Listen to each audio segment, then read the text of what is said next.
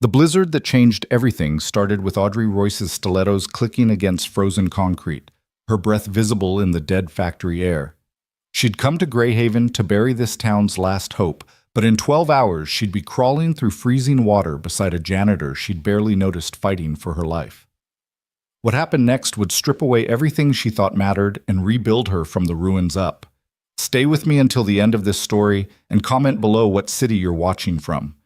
I'd love to see how far this tale of redemption travels. The fluorescent lights in the abandoned section of Greyhaven Mill flickered like dying stars, casting irregular shadows across Audrey Royce's sharp features as she stood in what had once been the heart of American manufacturing. Her Louboutin heels echoed through the vast emptiness, each step a countdown to the factory's final breath. Outside, the December wind howled through broken windows, carrying the scent of rust and forgotten dreams. "Miss Royce, we should leave soon," her assistant Marcus called from behind a stack of boxes, his voice tight with concern. Weather service upgraded the storm warning. Audrey didn't look up from her tablet, her manicured fingers swiping through termination documents with practiced efficiency. "We leave when I'm finished, Marcus. These people have had 6 months' notice. 1 more hour won't kill them." The irony of those words would haunt her later. She'd built her reputation on moments like this, walking into dying companies and performing the final surgery with surgical precision.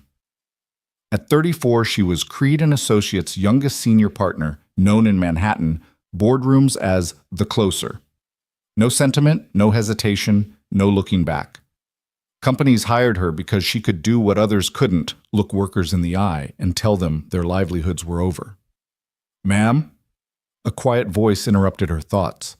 Audrey glanced up to see a man in his early 40s wearing a faded blue janitor's uniform with Linden stitched above the pocket.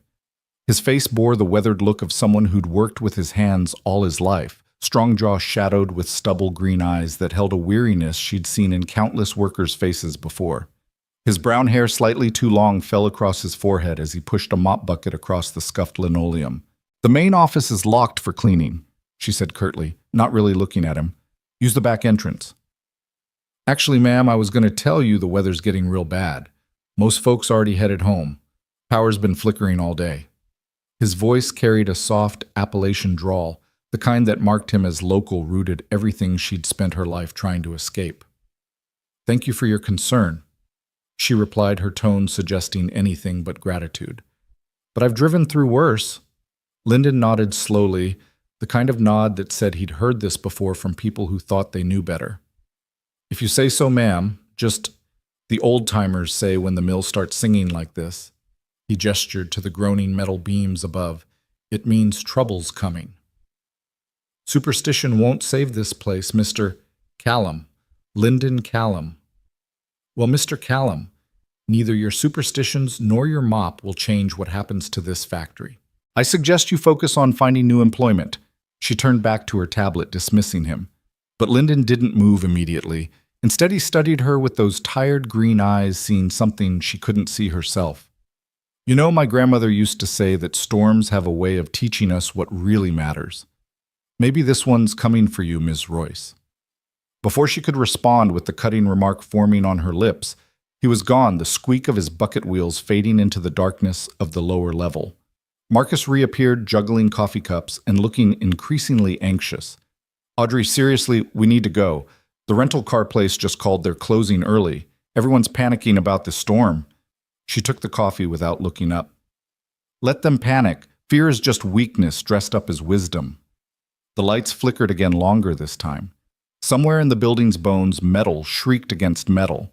"Did you get the signatures from the union rep?" she asked. "He left an hour ago. Said his kid was scared about the storm." "Of course he did." She snapped her laptop shut. "Fine. We'll finish this remotely. God knows this place isn't worth another—" The lights died. Not a flicker this time, but complete absolute darkness. The emergency lighting that should have kicked in remained dark. The backup generators had been sold off months ago, another casualty of the company's death spiral. "Marcus," her voice, usually so controlled, cracked slightly. "I'm here." His voice came from somewhere to her left, followed by the harsh light of his phone's flashlight. "Jesus Christ, it's dark." She pulled out her own phone, its light seeming pathetically small in the vast industrial space. No signal. The storm must have knocked out the cell towers. "The exit's this way," Marcus said, already moving. They made their way through the maze of empty workstations and silent machinery, their footsteps echoing unnaturally loud. The wind outside had escalated from a howl to a scream, and when they finally reached the main entrance, they found out why. The doors wouldn't budge. "What the hell?" Marcus threw his shoulder against them, but they didn't move an inch. Audrey pressed her face to the small window, using her phone's light to peer outside. What she saw made her stomach drop. Snow had drifted against the doors at least 5 feet high and growing. The parking lot where they'd left their rental car had vanished under a white tsunami that seemed to pulse and grow with each gust of wind. "The other exits," she said. But even as they ran through the building, checking door after door, they found the same thing. The blizzard hadn't just arrived, it had entombed them. "This is insane." Marcus was pacing now, his carefully styled hair falling into his eyes. "We're trapped in here." "Calm down," Audrey commanded, though her own heart was racing. "There has to be another way." That's when they heard it, the sound of singing, faint but clear, coming from somewhere deeper in the building. Not singing exactly, but humming. A child's tune, something simple and sweet that seemed impossibly out of place in this industrial mausoleum. Following the sound, they found Lyndon in a small break room, a battery-powered lantern casting a warm glow as he cleaned out his locker. The humming was coming from a walkie-talkie clipped to his belt, a young girl's voice, maybe 7 or 8 years old. "Daddy, are you still there?" Lyndon pressed the button. "I'm here, baby girl, just packing up." "Grandma says the storm's really bad. She says you should stay put till morning." "Might have to, Clara. You be good for Grandma Liz, okay?" "I drew you another picture today.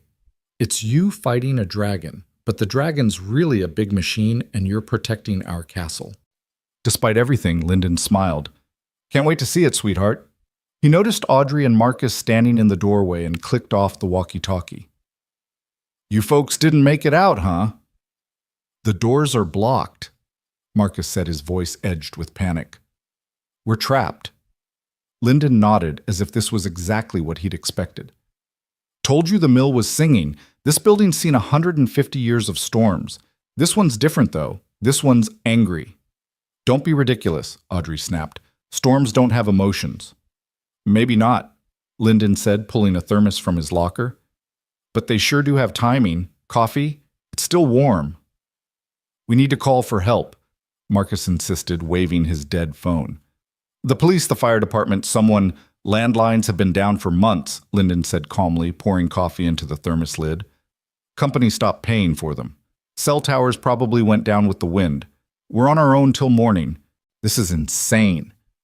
Marcus was spiraling now. "We can't just stay here. The building could collapse." "Could you?" Lyndon agreed. "Especially the West Wing. Roof's been compromised for years, but this section's solid, built in 1892 back when they made things to last." He offered the coffee to Audrey. She stared at it for a moment, this simple gesture of kindness from a man whose job she was eliminating, then took it with unsteady hands. The warmth was shocking, almost painful against her frozen fingers. "Thank you," she said quietly, the words feeling foreign on her tongue. "There's an old supervisor's office on the 2nd floor," Lyndon continued. "Still has a couch and some blankets, even a little propane heater I've been using during my breaks. It's not much, but it'll keep us alive till morning." "Alive?" Marcus's voice cracked. "You think we might not—" "I think we'll be fine if we're smart about it," Lyndon interrupted gently. "But this storm's not playing around. Temperature's dropping fast. Without power, this place is going to get cold. Real cold." As if to emphasize his point, their breath suddenly became visible in the lantern light. The temperature had dropped at least 10 degrees in the last few minutes. "Follow me," Lyndon said, picking up his lantern. "And stay close. This place is a maze in the dark." They climbed the metal stairs, their footsteps ringing hollow in the darkness. Audrey found herself gripping the railing with both hands, her usual confidence shaken by the complete absence of control. She'd navigated hostile takeovers, faced down boards of directors, but she'd never been truly powerless before. The supervisor's office was exactly as Lyndon described, a small oasis of faded comfort in the industrial wilderness. A cracked leather couch sat against one wall, a desk buried under years of dust dominated another. Lyndon lit the propane heater, its blue flame casting dancing shadows. "There's some vending machines down the hall," he said. "Still got some stuff in them. I'll go break them open." "That's theft," Audrey said automatically. Lyndon looked at her with something between amusement and pity. "Ms. Royce, you're shutting this place down tomorrow. I don't think anyone's going to miss some stale chips and candy bars." After he left, Marcus collapsed on the couch, his head in his hands. "This can't be happening. I have a presentation tomorrow. The partners are expecting us back." "The partners can wait," Audrey said, surprising herself with the words. She moved to the window, wiping away years of grime to peer outside. The storm had transformed the familiar landscape into something alien. Snow fell not in flakes, but in sheets, horizontal walls of white that made it impossible to see more than a few feet. "Daddy!"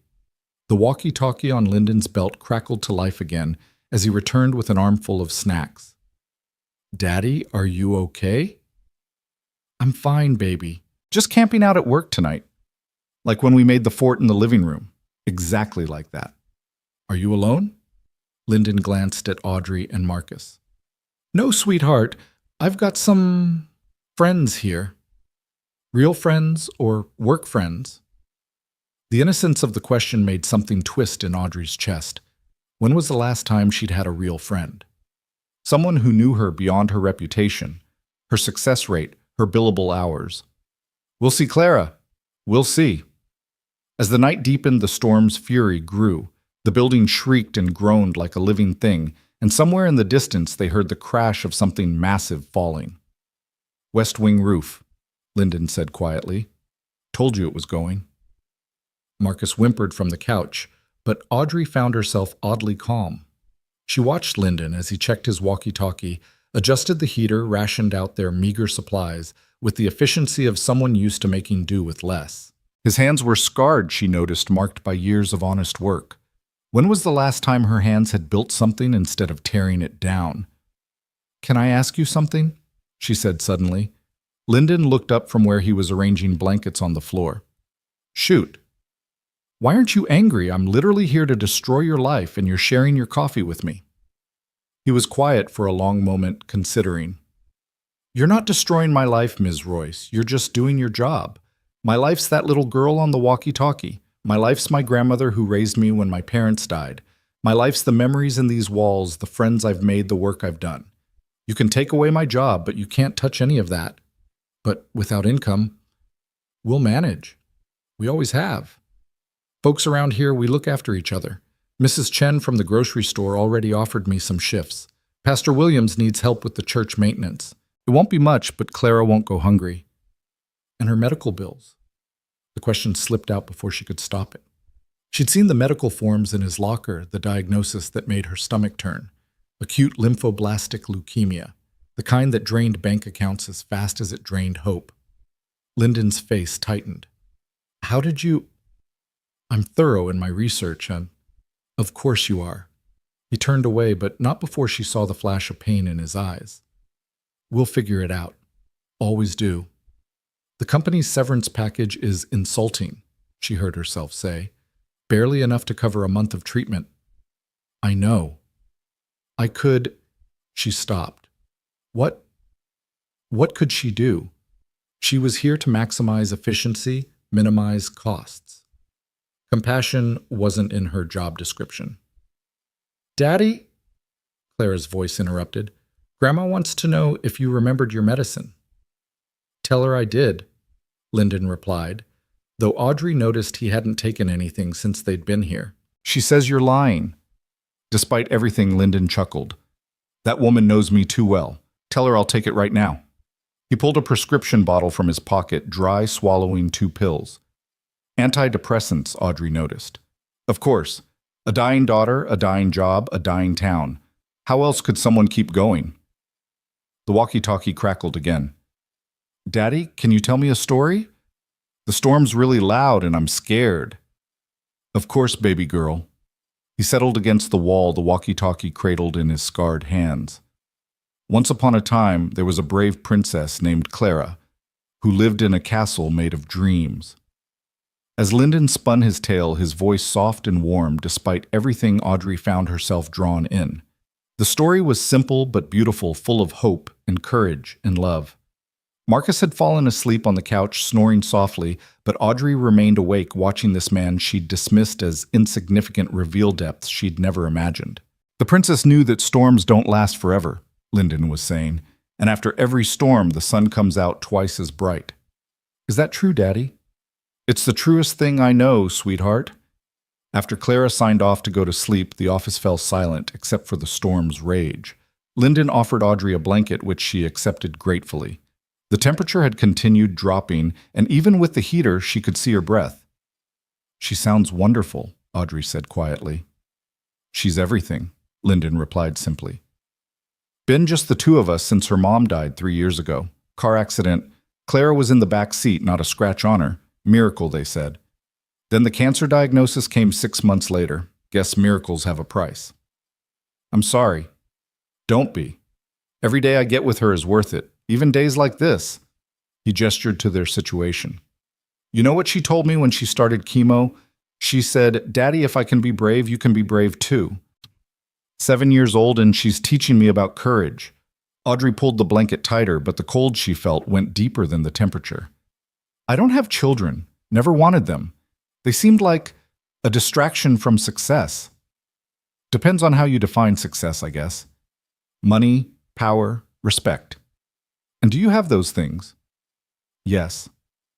Then why do you look so cold, Ms. Royce? And I don't mean from the storm. She didn't answer because she didn't know how. Instead, she watched the lantern flame flicker, creating shadows that danced like ghosts of all the workers who'd once filled this place with life and purpose. Around midnight, the building gave a tremendous groan, and they heard the sharp crack of breaking glass somewhere below. That's not good, Lyndon said, standing quickly. The windows in the loading dock. If they're breaking, the pressure differential could... Another crack closer this time. We need to move, he said urgently. Now! Marcus woke with a start as Lyndon grabbed the emergency supplies, the lantern blankets, his walkie-talkie, the remaining food. What's happening? Building's losing integrity. The storm's creating pressure pockets. We need to get to the basement. The basement? Audrey stood, adrenaline cutting through her exhaustion. Won't we be trapped? There are old tunnels down there, service corridors from when this was part of the Underground Railroad. They're our best shot if the building starts coming down. They rushed down the stairs, the sound of breaking glass following them like pursuing demons. The darkness seemed alive, reaching for them with frozen fingers. Marcus slipped on the third landing, crying out as his ankle twisted. I can't, he gasped. Leave me. Nobody's leaving anybody, Lyndon said firmly, pulling Marcus's arm over his shoulder. Miss Royce, take the lantern. Lead the way. She grabbed the light, her hand surprisingly steady as she navigated the treacherous descent. Behind them, the building's death throes grew louder. A beam crashed through the ceiling of the floor they'd just left, and she heard Marcus whimper. The basement was a maze of ancient machinery and modern storage, but Lyndon directed her with calm precision. Left at the boiler, right at the old coal chute. There, that metal door. The door was rusted shut, decades of neglect sealing it like a tomb. Lyndon set Marcus down gently and threw his shoulder against it.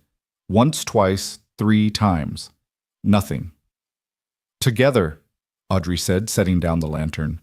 They hit the door in unison, and on the third try it shrieked open, revealing a tunnel that seemed to exhale decades of stale air. The walls were stone, sweating with moisture, and the floor was covered in an inch of black water. This is insane, Marcus moaned. We're going to die down here. We're going to live, Lyndon corrected. Because that little girl upstairs needs her daddy, and you two probably have people who need you too. Audrey wanted to say no, she didn't have anyone, but the words stuck in her throat. Was that really true? Or had she just pushed everyone away in pursuit of a success that now seemed as cold and empty as this tunnel? They pressed forward, the water soaking through their shoes, the walls pressing close. The lantern cast wild shadows that made every step treacherous. Behind them, they could hear the building crying out in pain, and once a tremendous crash that shook dust from the tunnel ceiling. "How far?" Audrey asked, her teeth chattering. "Not sure. Never been all the way through, but my grandmother told me stories, said her father used these tunnels during Prohibition running liquor from Canada." "Your family's been here that long?" "Since 1843. We helped build this place and will probably watch it die." "I'm sorry, Us," she said, and meant it. "Don't apologize. Just remember that every company you close, every job you cut, there are families like mine with roots that go deep. We're not just numbers on your spreadsheet." The tunnel seemed endless, and the cold was seeping into their bones. Marcus was barely conscious, supported entirely by Lyndon now. Audrey's fingers were numb around the lantern handle, and she could feel her body starting to shut down, preserving core temperature at the expense of extremities. Then, impossibly, she smelled something. Soup. Tomato soup. "Do you smell that?" she asked, wondering if hypothermia was causing hallucinations. Lyndon lifted his head, sniffing the air. His eyes widened. "That's impossible." Following the scent like bloodhounds, they turned a corner and found a junction where 4 tunnels met. In the center, sitting on an old wooden crate, as if it had been waiting for them, was a thermos. Lyndon's thermos, the one he'd left in his locker. But that was impossible. His locker was 3 floors up and half a building away. With shaking hands, he opened it. Steam rose, and the smell of tomato soup filled the air. Attached was a note in spidery handwriting. "Lyndon knew you'd end up here. The old ways always work. Follow the left tunnel. Love, Grandma Liz." "How?" Audrey breathed. "My grandmother," Lyndon said, his voice thick with emotion. "She must have. There must be another entrance I don't know about. She's lived here all her life, knows secrets about this place that nobody else does." They passed the thermos around the hot soup, bringing life back to their frozen bodies. Even Marcus rallied his eyes, focusing for the first time in an hour. The left tunnel, as promised, led to a ladder. Ancient iron rungs driven into stone leading up into darkness. Lyndon went first, testing each rung. Audrey followed, then Marcus, who needed both of them to help him climb. At the top, Lyndon pushed against a wooden hatch. It resisted, then gave way with a crash, and suddenly they were breathing fresh air. Snow immediately whipped into their faces, but it was the most beautiful thing Audrey had ever felt. They emerged in what looked like a tool shed about 100 yards from a small house with warm yellow light glowing from its windows. The storm still raged, but the house was a beacon promising warmth and safety. "That's my house," Lyndon said, disbelief in his voice. "That's my house." They struggled through the snow, supporting each other, fighting for every step. The wind tried to knock them down, the cold tried to stop them, but they pressed on. And then the door was opening, and an elderly woman with Lyndon's green eyes was pulling them inside, and a little girl with a pale face but bright smile was throwing herself into Lyndon's arms.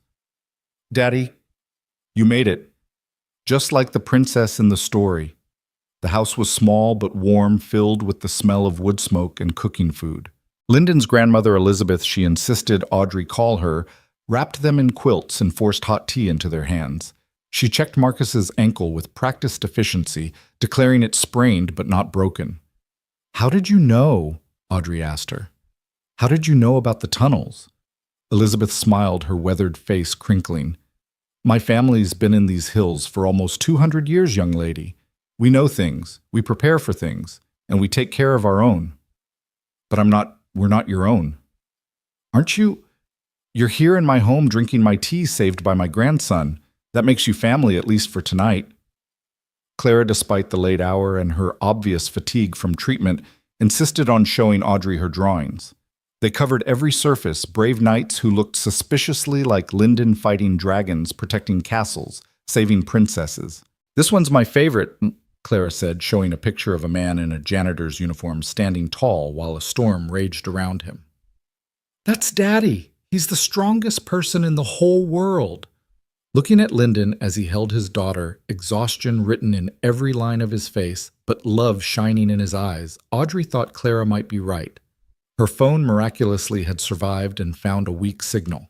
The messages poured in dozens from her firm, from clients, from competitors, already circling her absence like sharks.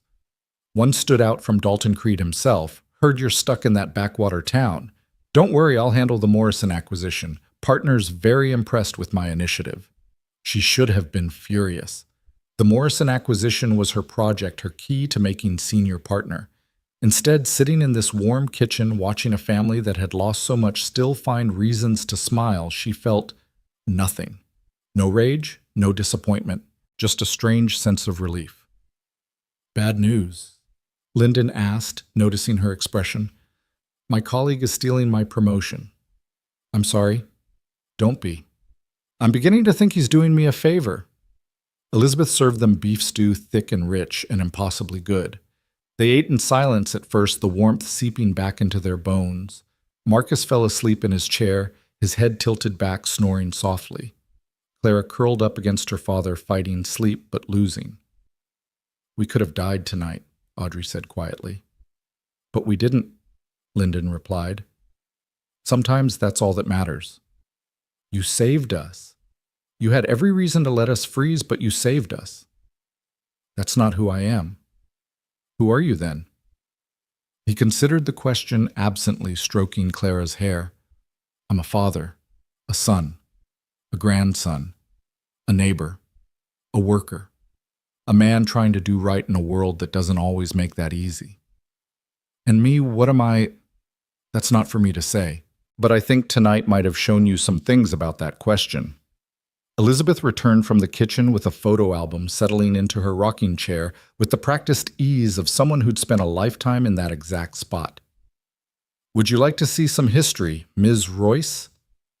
The album was filled with black and white photographs dating back over a century. Workers at the mill, families at church picnics, children playing in the same streets now buried under snow. And through it all, the Callum family generation after generation tied to this place, this community. That's my grandfather. Elizabeth pointed to a stern-looking man in a supervisor's uniform. Worked that mill for 43 years, never missed a day. And that's my mother, she ran the company store. And here, she turned the page, that's Lyndon's parents on their wedding day, high school sweethearts. When they died in that mining accident, the whole town came together to help raise him. Mining accident. Ceiling collapse at the Brennan mine. 17 dead. Lyndon was 10. Elizabeth's voice was matter-of-fact, but her hand trembled slightly. This town's seen its share of tragedy, but we endure. We always endure. Audrey studied the photographs all these lives, intertwined, supporting each other through decades of joy and sorrow. Her own family album, if such a thing existed, would show isolated individuals scattered across the country, connected by nothing but DNA and the occasional terse holiday card.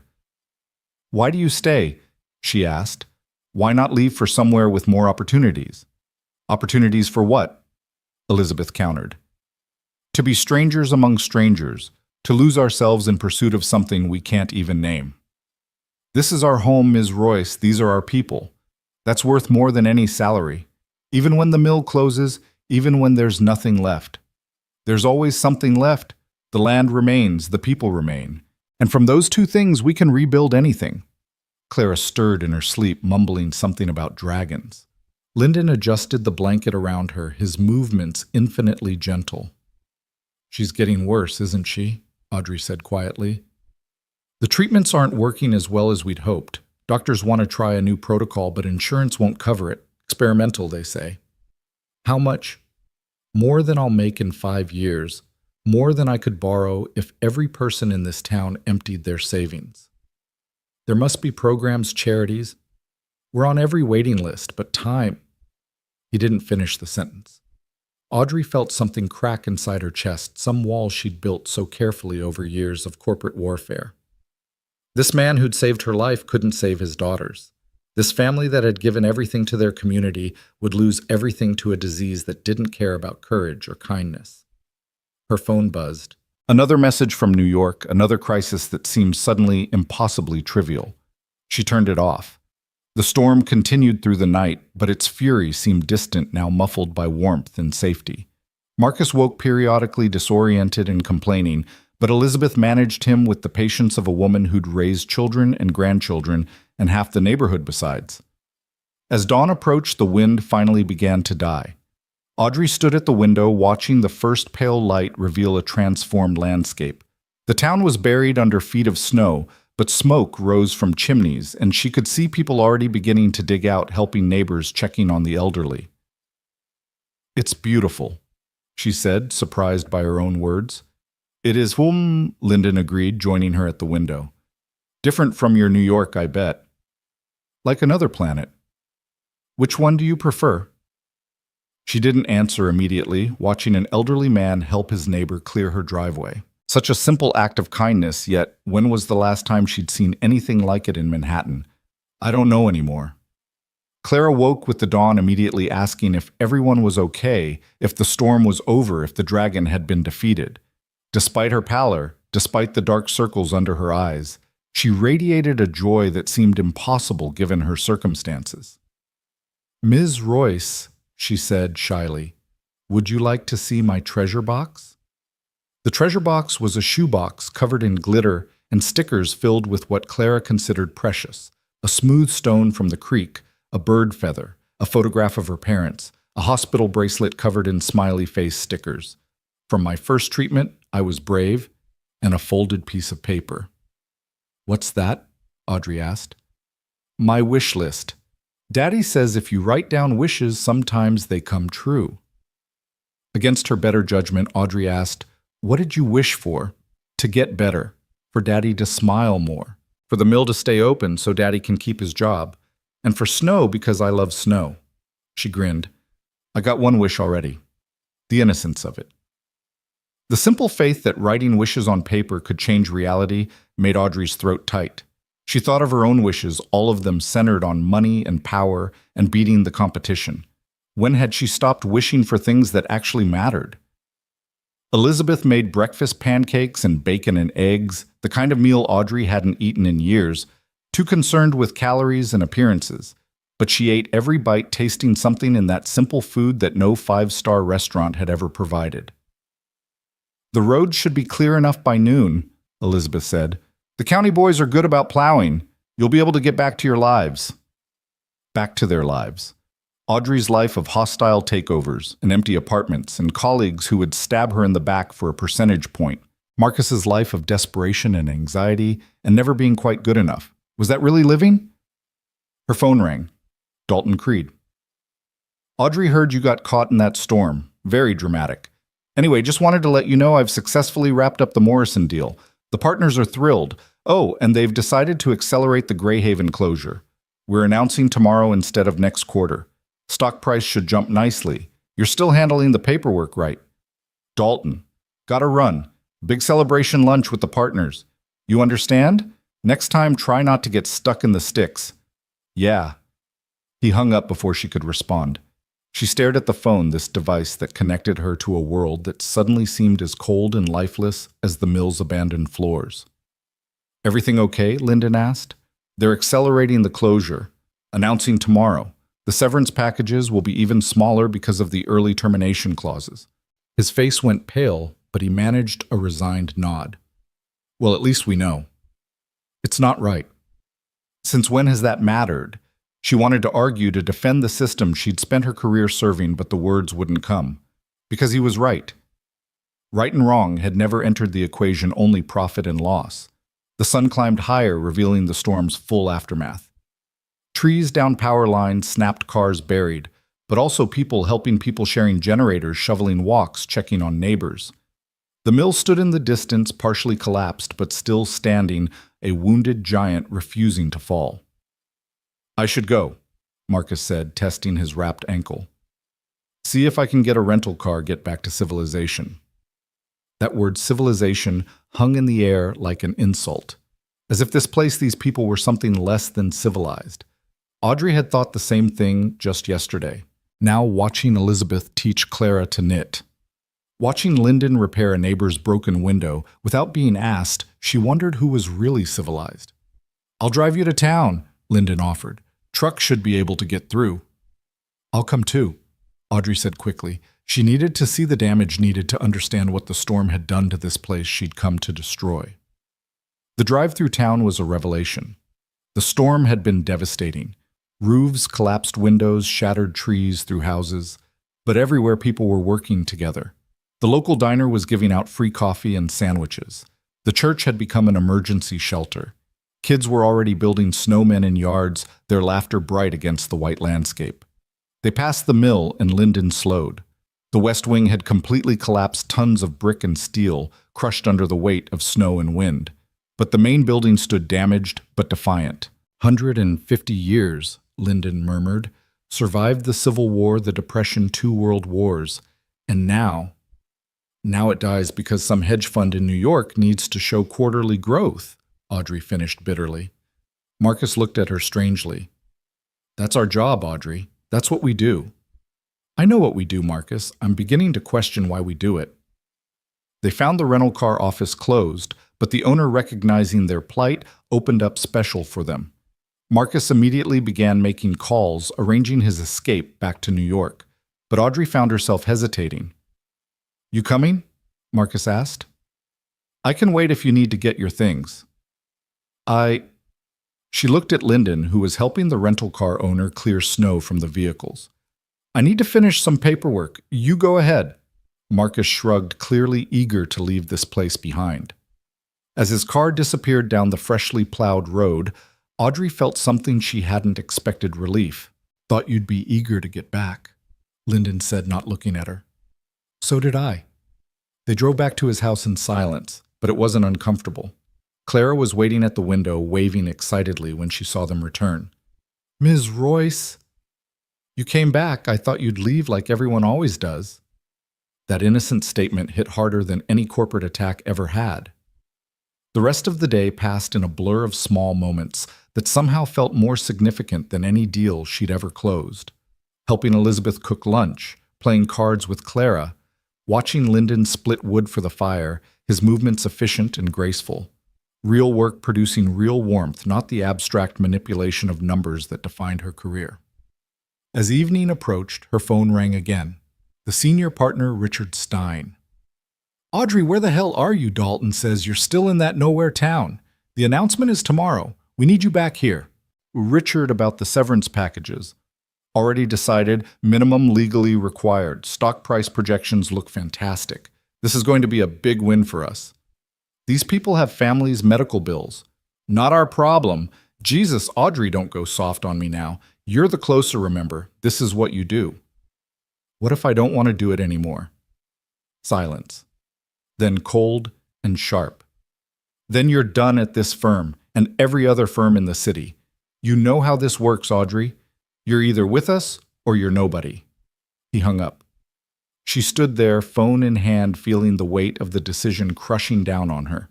Everything she'd worked for, everything she'd sacrificed, it all came down to this moment. This choice. Daddy, is Ms. Royce okay? Clara's worried voice carried from the living room. I don't know, sweetheart. But suddenly Audrey did know. She knew with a clarity that cut through years of ambition and compromise. She looked at this family that had lost so much but still had everything that mattered. She thought about the mill, the workers, the town that deserved better than to be a casualty of someone else's greed. She dialed Richard back. Good. You've come to your senses. I quit. What? I quit. Effective immediately. I'll send the files to Dalton. He seems eager to finish destroying this place. You're making a huge mistake, Audrey. You'll never work in this industry again. I know, she said, and found herself smiling. I'm counting on it. She hung up and threw her phone into the snow outside. It disappeared into a drift, taking with it her connection to that other life, that other version of herself. When she turned around, Linden was standing in the doorway, his expression unreadable. You just destroyed your career. Maybe. Or maybe I just saved my life. The morning after Audrey threw her phone into the snow arrived with a deceptive calm. The storm had passed, leaving Greyhaven wrapped in a pristine white blanket that hid the damage underneath like makeup covering bruises. She stood at Elizabeth's kitchen window wearing borrowed clothes that smelled of lavender detergent, watching the town slowly dig itself out. You sleep at all? Linden's voice came from behind her. She turned to find him already dressed for work, his janitor's uniform pressed despite everything. Not much. You're going to the mill. Someone needs to assess the damage. Insurance adjusters won't be here for days, and the company... He shrugged. Well, the company doesn't care anymore, does it? I suppose not. She hesitated, then said, I'll come with you. He looked surprised. You don't have to. Yes, I do. I helped create this mess. The least I can do is witness it. Clara was at the kitchen table working on another drawing despite the IV line in her arm connected to a portable infusion pump. The morning treatment, Elizabeth had explained quietly, every Tuesday and Friday turning their kitchen into a makeshift medical ward. Are you going on an adventure? Clara asked, looking up with those impossibly bright eyes. Something like that, Audrey replied. Can you bring back a story? I love stories. I'll do my best. The drive to the mill was slow. Lyndon's truck grinding through snowdrifts that hadn't been touched by plows. They passed houses with blue tarps over damaged roofs, fallen trees being chainsawed into manageable pieces, neighbors helping neighbors in that unconscious way of communities that actually functioned as communities. Your grandmother was right, Audrey said suddenly, about storms teaching us what matters. She usually is. Drives me crazy sometimes. Must be nice having someone who's usually right in your life. You don't... She thought about it. I have people who are usually profitable. It's not the same thing. The mill looked worse in daylight. The west wing was completely gone, reduced to a pile of rubble and twisted metal. The main building had suffered 2 windows blown out, sections of roof peeled back like sardine cans. But the bones remained the 19th century craftsmanship, refusing to yield completely.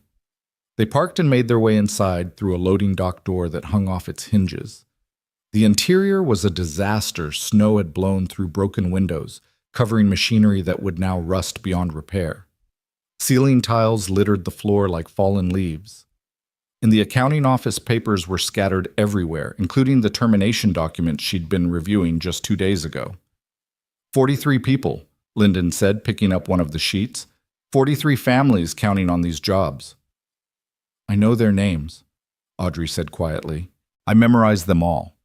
Sarah Chen, single mother of 3. Robert Torres, 2 years from retirement. Mary Sullivan taking care of her disabled husband. She paused. I told myself knowing their names made me thorough. Really, it just made me cruel. They climbed to the second floor where the supervisor's office they'd sheltered in was now exposed to the elements, one wall completely gone. The couch where Marcus had slept was covered in snow. The thermos that had saved them sat on the desk, a reminder of how close they'd come to disaster. This place meant everything to my grandfather, Lyndon said, running his hand along a wooden beam. He carved his initials here when he was 16, first day on the job. Worked here until the day he died, heart attack, right on the factory floor. They said he was smiling when they found him, happy to die where he'd lived. That's either beautiful or tragic. I can't decide which. Maybe both. Most true things are. They heard footsteps on the stairs and turned to see a group of workers, arriving people whose jobs Audrey had been sent to eliminate. She recognized them from their files. Tom Brennan, the floor supervisor with 30 years' experience. Janet Rodriguez, the quality control manager who'd never missed a day. David Kim, the maintenance chief who kept the ancient machinery running through skill and prayer. They stopped when they saw her recognition flickering across their faces. You're the one from corporate, Tom said, his voice neutral, but his eyes hard. Come to survey your handiwork. Tom, Lyndon started, but Audrey held up her hand. Yes, I'm from corporate. Was from corporate. I quit yesterday. After the damage was done, Janet said bitterly. After the decision was made. You're right. I'm sorry. Sorry doesn't feed our families, David added. Sorry doesn't pay for my wife's insulin. No, it doesn't. Audrey faced them directly, not flinching from their anger. I can't undo what's been done, but maybe I can help figure out what comes next. What comes next is unemployment, Tom said. What comes next is losing our homes. What comes next is watching this town die. Unless we don't let it, Lyndon said quietly. Everyone turned to look at him. He was staring at the exposed machinery, the bones of the mill laid bare by the storm's fury. The building's damaged, but not destroyed. The machinery's mostly intact under the snow. We know this place know how to run it. What if we didn't need corporate... What are you talking about? Janet asked. Worker cooperative. I've been reading about them. Workers own the company, make the decisions, share the profits. There's a textile mill in North Carolina that did it when their parent company abandoned them. They're thriving now. With what money? Tom challenged. You need capital to buy the assets, restart production. We're all living paycheck to paycheck. The assets are worthless to corporate now, Audrey said, her mind already working through the possibilities. Storm damage, insurance complications, environmental cleanup. They'll want to wash their hands of this place. They might sell for pennies on the dollar just to avoid the liability. Pennies we don't have, David pointed out. But I do. The words were out before Audrey fully thought them through. Everyone stared at her. I have savings, investments. My apartment in Manhattan is worth a lot. If I liquidate everything, why would you do that? Janet's suspicion was naked in her voice. Audrey thought about Clara's drawings, about Elizabeth's photo albums, about Lyndon saving their lives without hesitation. Because I've spent my career destroying things. Maybe it's time I helped build something. The silence stretched until Tom finally broke it with a harsh laugh. You're serious. You're actually serious. I've never been more serious about anything in my life. They spent the rest of the morning walking through the mill, assessing damage with new eyes, not calculating loss, but imagining possibility. The workers' knowledge was encyclopedic. They knew every machine, every quirk, every shortcut and secret that kept the place running. Tom explained how they could reconfigure the production line for efficiency. Janet detailed quality improvements corporate had always rejected as too expensive. David listed repairs he'd been wanting to make for years. We could start small, Lyndon suggested. Focus on specialty items, high-quality goods that command premium prices. There's a market for American-made textiles, especially with the heritage angle. My cousin runs a boutique in Boston, Janet added, warming to the idea. She's always looking for authentic, locally made products. Says her customers will pay triple for the story behind the product. The story, Audrey repeated, something clicking in her mind. That's what we're really selling. Not just textiles, but tradition, history, community. Pretty words don't pay bills, Tom said, but his hostility had softened slightly. No, but they do drive sales. I've spent 10 years in corporate America. I know how to package a narrative, how to reach markets. You all know how to make things. Together we're still a group of broke people standing in a broken building, David said, but he was smiling slightly. Broken things can be fixed, Lyndon said. Sometimes they come back stronger. They were interrupted by the arrival of more people workers who'd heard through the town's mysterious communication network that something was happening at the mill. Soon there were 20, then 30, all looking at the damage but also listening as Lyndon and Audrey outlined their insane, impossible, absolutely necessary idea. It would take everything we have, said Mary Sullivan, the woman whose husband was disabled. Every penny of savings, every favor we can call in. The bank won't lend to us, Robert Torres added. He was the one 2 years from retirement, his pension now evaporated. Not for something like this. We don't need the bank, Audrey said. We need each other. And we need to move fast before corporate decides to just demolish everything for the land value. You really think we can do this? Sarah Chen asked. She had her youngest with her, a boy of maybe 5 who was building a tiny snowman on a workbench. Audrey looked around the room at these people she'd been prepared to discard like broken equipment. She saw fear, yes, but also something else. Hope, maybe. Or defiance. Or both. I think we don't have a choice. It's either try this or watch everything disappear. I need to think about it, Tom said finally. We all do. This isn't something you decide in a morning. Think fast, Audrey warned. Corporate will send another team soon. Once they assess the storm damage, they'll move to liquidation. We have maybe a week, 2 at most. As the crowd dispersed, each taking the impossible idea home, to worry over like a sore tooth, Lyndon and Audrey remained. They stood in a shaft of sunlight coming through a broken window, dust motes dancing around them like possibilities.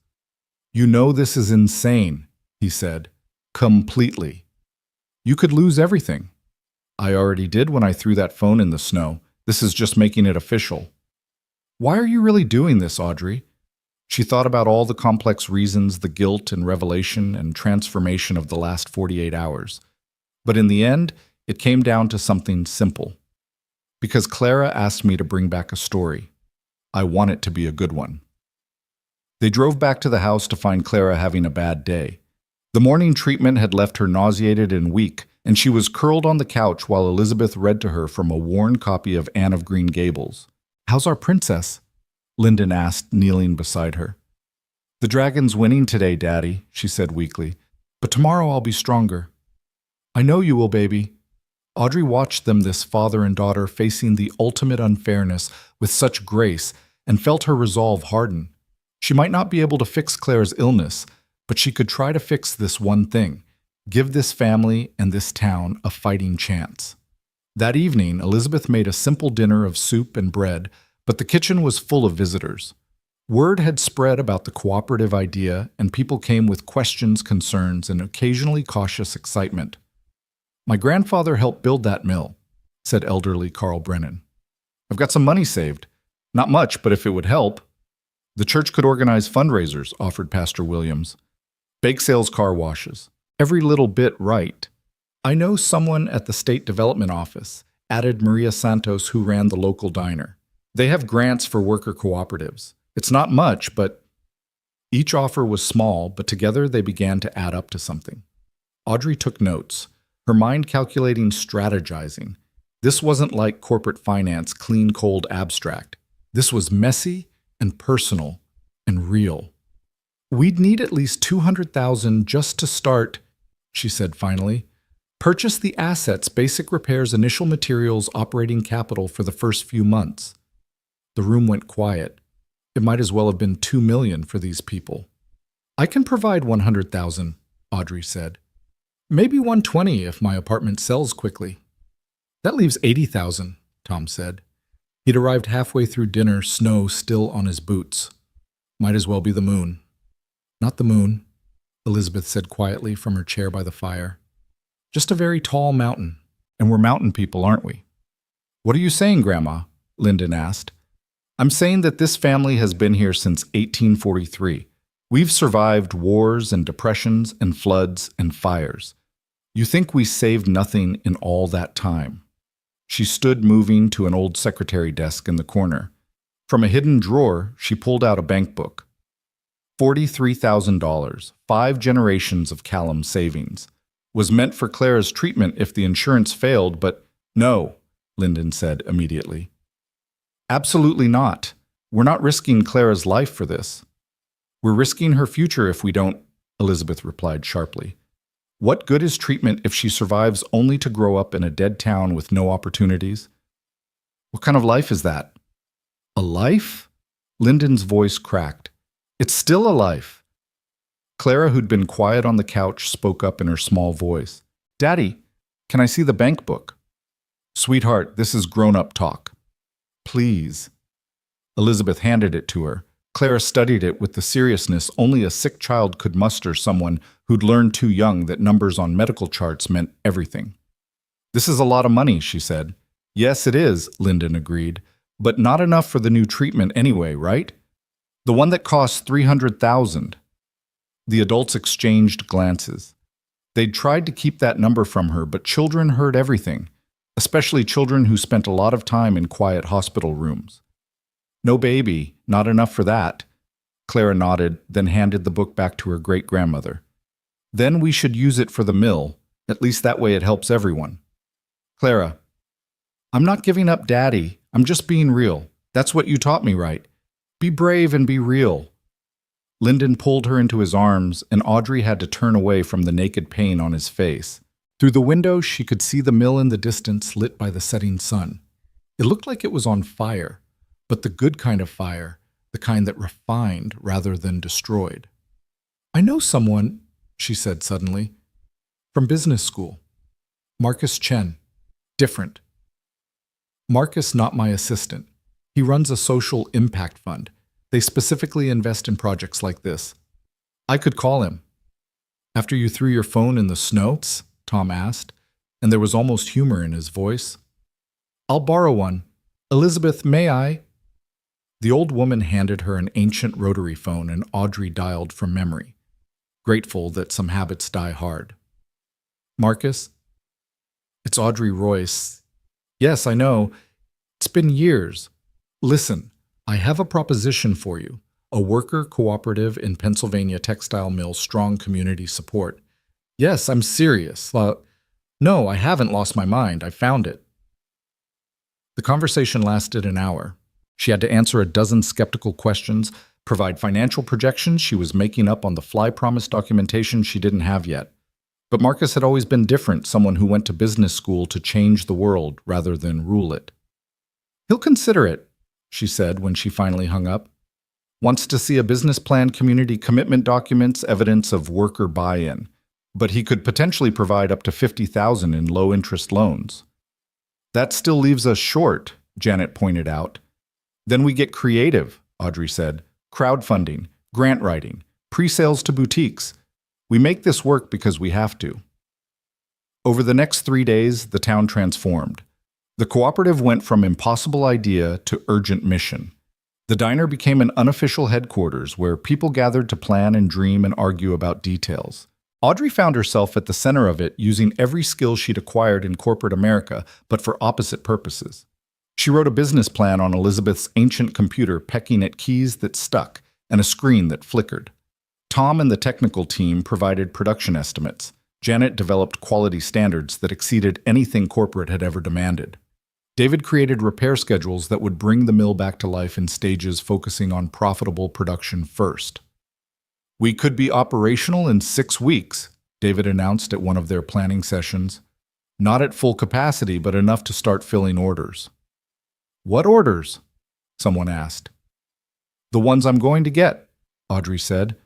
I still have contacts in New York boutique owners and designers who value authentic American manufacturing.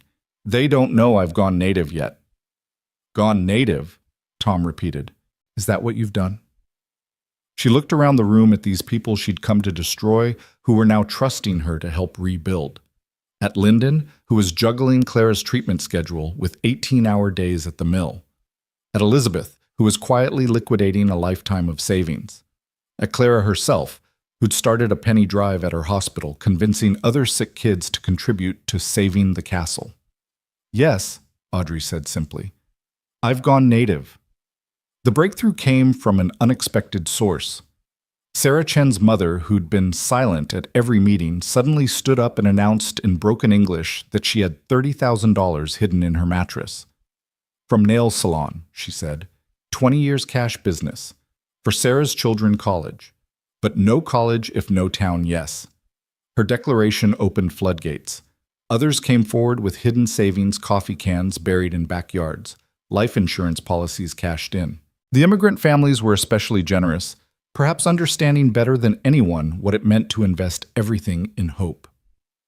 Audrey watched it all with a mixture of awe and shame.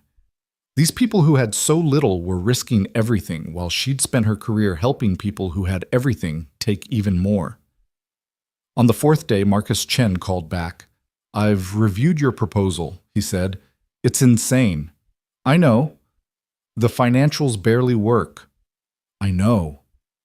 The market challenges are significant. I know. We'll provide $75,000 in convertible debt, terms to be negotiated but favorable, on one condition. What? You personally oversee the transition, minimum 2-year commitment. Audrey looked out the window at Clara and Lyndon building a snow fort in the yard, their laughter carrying through the glass. 2 years. In New York, she'd never committed to anything for 2 years. Not an apartment, not a relationship, certainly not a mission. Deal, sir, she said. The town erupted in celebration when she announced the funding. People hugged and cried and immediately started planning. The mill would live. Different, transformed, but alive. But even in the celebration, Audrey couldn't forget the other timeline running parallel to their victory.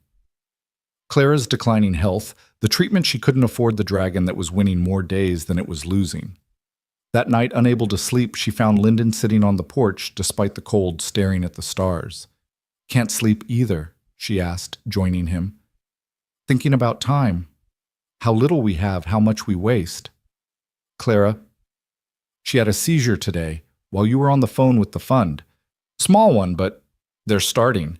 That means we're entering the final phase unless we can get the experimental treatment. How long? 6 months, maybe 8. They sat in silence, their breath visible in the frigid air. Inside the house was warm and full of life. Outside, the world was frozen and full of endings. I'm going to make some calls, Audrey said, to people I swore I'd never speak to again. There has to be a way. You've already done so much. I haven't done nearly enough. Not yet. She went inside and borrowed Elizabeth's phone, again dialing numbers she'd deleted from her phone months ago, but never from her memory. Former clients, business school classmates, anyone who might have connections to medical charities or pharmaceutical companies. Most didn't answer. Those who did were politely dismissive. Audrey Royce had burned bridges when she quit so dramatically, but she kept calling, each rejection making her more determined. Finally, at 3 a.m, she reached Helena Morrison, wife of the CEO whose acquisition Dalton had stolen. Helena had always liked Audrey, found her refreshingly honest in a world of corporate facades. Audrey, do you have any idea what time it is? I'm sorry, Helena. I wouldn't call if it wasn't important. She explained about Clara, about the treatment, about the impossible cost. Helena listened without interrupting. The Morrison Foundation, Helena said finally. We fund experimental treatments for pediatric cancers. It's Gerald's passion project. His sister died of leukemia when she was 9. Send me the medical records. No promises, but we'll review it. After hanging up, Audrey sat in Elizabeth's kitchen, hope and exhaustion warring in her chest. She thought about the strange path that had led her here, from corporate killer to small-town savior, from destroying a mill to rebuilding it from isolation to something that felt dangerously like family. The next morning brought new challenges. Corporate had sent a new team to assess the damage, led by Dalton Creed himself. He arrived in a black SUV, stepping fastidiously around the slush in his Italian leather shoes. Audrey said, he said when he found her at the mill, surrounded by workers preparing their cooperative proposal. I heard you'd gone native. I had to see it for myself. Hello, Dalton. He looked around with barely concealed disgust. You gave up everything for this, for them. I gave up nothing that mattered. You're delusional. The board will never approve selling to a worker cooperative. They'll demolish this place first. Not if the liability exceeds the land value. I've had David document every environmental issue, every safety violation corporate ignored. The cleanup costs alone, you wouldn't dare. I would. I will. Unless you sell to the cooperative for a fair price. They stared at each other, former colleagues, now on opposite sides of a war Audrey had never imagined fighting. You've lost yourself, Dalton said finally. No, she replied. Looking at Lyndon, teaching Clara to use a level on a partially repaired wall, at Elizabeth organizing the women into a quilting circle that would produce goods for the mill's boutique line, at all these people working together toward something bigger than themselves. I found myself. Dalton left without signing anything, but Audrey knew she'd won. The environmental report alone would cost corporate millions. They'd sell. That afternoon, while helping clear debris from the main floor, Audrey found something that stopped her cold, a time capsule buried in a wall that had collapsed. Inside were photographs and documents from the mill's founding in 1871, including a daguerreotype of the original workers. At the bottom was a letter to those who come after. This mill was built not for profit, but for purpose, to give good work to good people, to build a community that might endure beyond any one of us. If you're reading this, the mill still stands. Honor what it was by making it what it needs to be. The threads we spin connect past to future. Do not let them break. She showed it to Lyndon, who read it twice before speaking. It's like they knew, he said, like they were writing to us. Maybe every generation faces this choice: preserve or profit, community or capital. Which did you always choose before? You know which. And now? She looked at him, this man who'd saved her life in more ways than one, and felt something shift in her chest, tectonic plates of the heart rearranging themselves. Now I choose this. Clara appeared, moving slowly but steadily, carrying a hammer that was almost as big as she was. Miss Audrey, can you help me? I want to put my drawing up in the new office. The drawing showed all of them, her family, the workers, and Audrey herself standing in front of a restored mill with a rainbow overhead. At the bottom, in careful childish letters, she'd written, "The castle stands." It's perfect, Audrey set her throat tight. Let's find the best spot. As they worked together to hang the picture, Audrey's borrowed phone rang. It was Helena Morrison. The Foundation reviewed Clara's case. We're approving full funding for the experimental treatment. The team at Children's Hospital of Philadelphia is expecting you next week. Audrey's legs nearly gave out. She handed the phone to Lyndon, unable to speak. His face went through a journey of emotions as he listened: disbelief, joy, gratitude, and finally tears. Clara looked between them, confused. What's wrong? Did something bad happen? No baby. Lyndon managed. Something good. Something very good. The dragon, she asked, understanding in the way children do.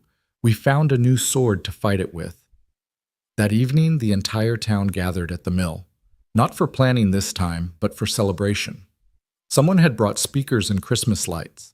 The immigrant families brought food from their cultures: Vietnamese, faux Mexican tamales, Polish pierogies. The night was clear and cold, stars scattered across the sky like spilled diamonds. Tom raised a beer bottle in a toast. To second chances. To community, Janet added. To fighting dragons, why, Clara said, and everyone laughed and cried at the same time. Audrey stood with Lyndon at the edge of the celebration, watching their neighbors dance in the space where machines would soon hum again. Thank you, he said simply, for everything. I should be thanking you. A week ago, I had a career, an apartment, a six-figure salary. Now I have none of those things. Regrets. She watched Clara teaching other children a complicated clapping game, Elizabeth organizing the older women into planning committees, the workers discussing production schedules with the enthusiasm of people who finally owned their own destiny. Not one, she said, and meant it. The drive to Philadelphia Children's Hospital took place on a Tuesday morning that sparkled with frost. Lyndon's truck moved carefully through the pre-dawn darkness while Clara slept in the back seat, wrapped in the quilt Elizabeth had insisted they take, one that had been in the family for 4 generations. Audrey sat in the passenger seat, holding a folder thick with medical documents and insurance papers from the Morrison Foundation. You don't have to come, Lyndon had said for the 3rd time as they loaded the truck. Try to stop me, she'd replied, and something in her tone made him simply nod and hand her Clara's favorite stuffed rabbit to pack. The hospital rose against the morning sky like a beacon of hope and fear combined. Clara woke as they pulled into the parking garage, her face pale but determined. Is this where we fight the dragon for real? She asked. This is where we get the best sword, Lyndon told her, his voice steady despite the tremor in his hands. The next hours blurred together in a symphony of forms and tests and consultations. Dr. Patel, the lead oncologist for the experimental treatment, was a small woman with kind eyes and hands that moved with absolute precision as she examined Clara. The treatment is aggressive, she explained in her office while Clara was getting blood drawn. CAR T-cell therapy combined with a new immunotherapy protocol. We're essentially teaching her body to fight the cancer itself. The success rate is 70% in cases like Clara's. 70%, Lyndon repeated as if tasting the number. Those are good odds, Audrey said, squeezing his shoulder. The side effects can be severe, Dr. Patel continued. Cytokine storms, neurological symptoms. She'll need to stay here for at least 3 weeks for the initial treatment, then regular follow-ups for months. Whatever it takes, Lyndon said immediately. While they discussed logistics, Audrey's mind was already working through the practicalities. 3 weeks in Philadelphia meant Lyndon couldn't work at the mill during its crucial reopening phase. It meant expenses beyond the treatment, lodging, food, gas, lost wages. I'll handle the mill, she said. Tom and Janet can manage production. I'll oversee the business side. Audrey, you can't. I can and I will. This is what partners do. The word hung in the air between them, carrying more weight than she'd intended. Partners in business, yes, but something else was growing between them, delicate as frost and just as liable to melt under too much scrutiny.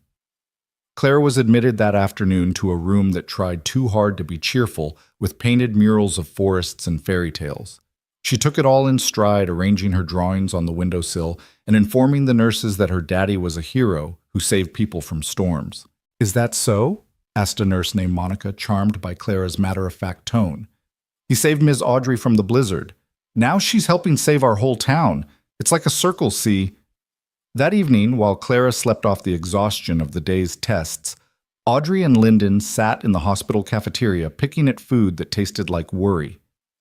I keep thinking I'm going to wake up, Lyndon said, that this is all a dream. The treatment, the mill, you being here.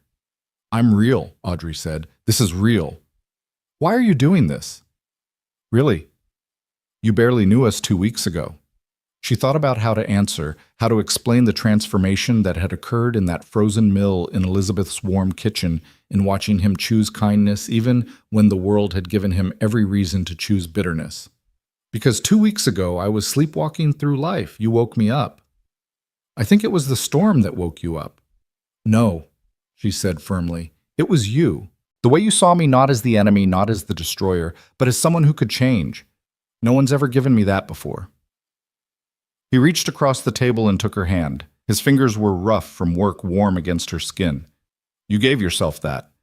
I just held the lantern while you found the way.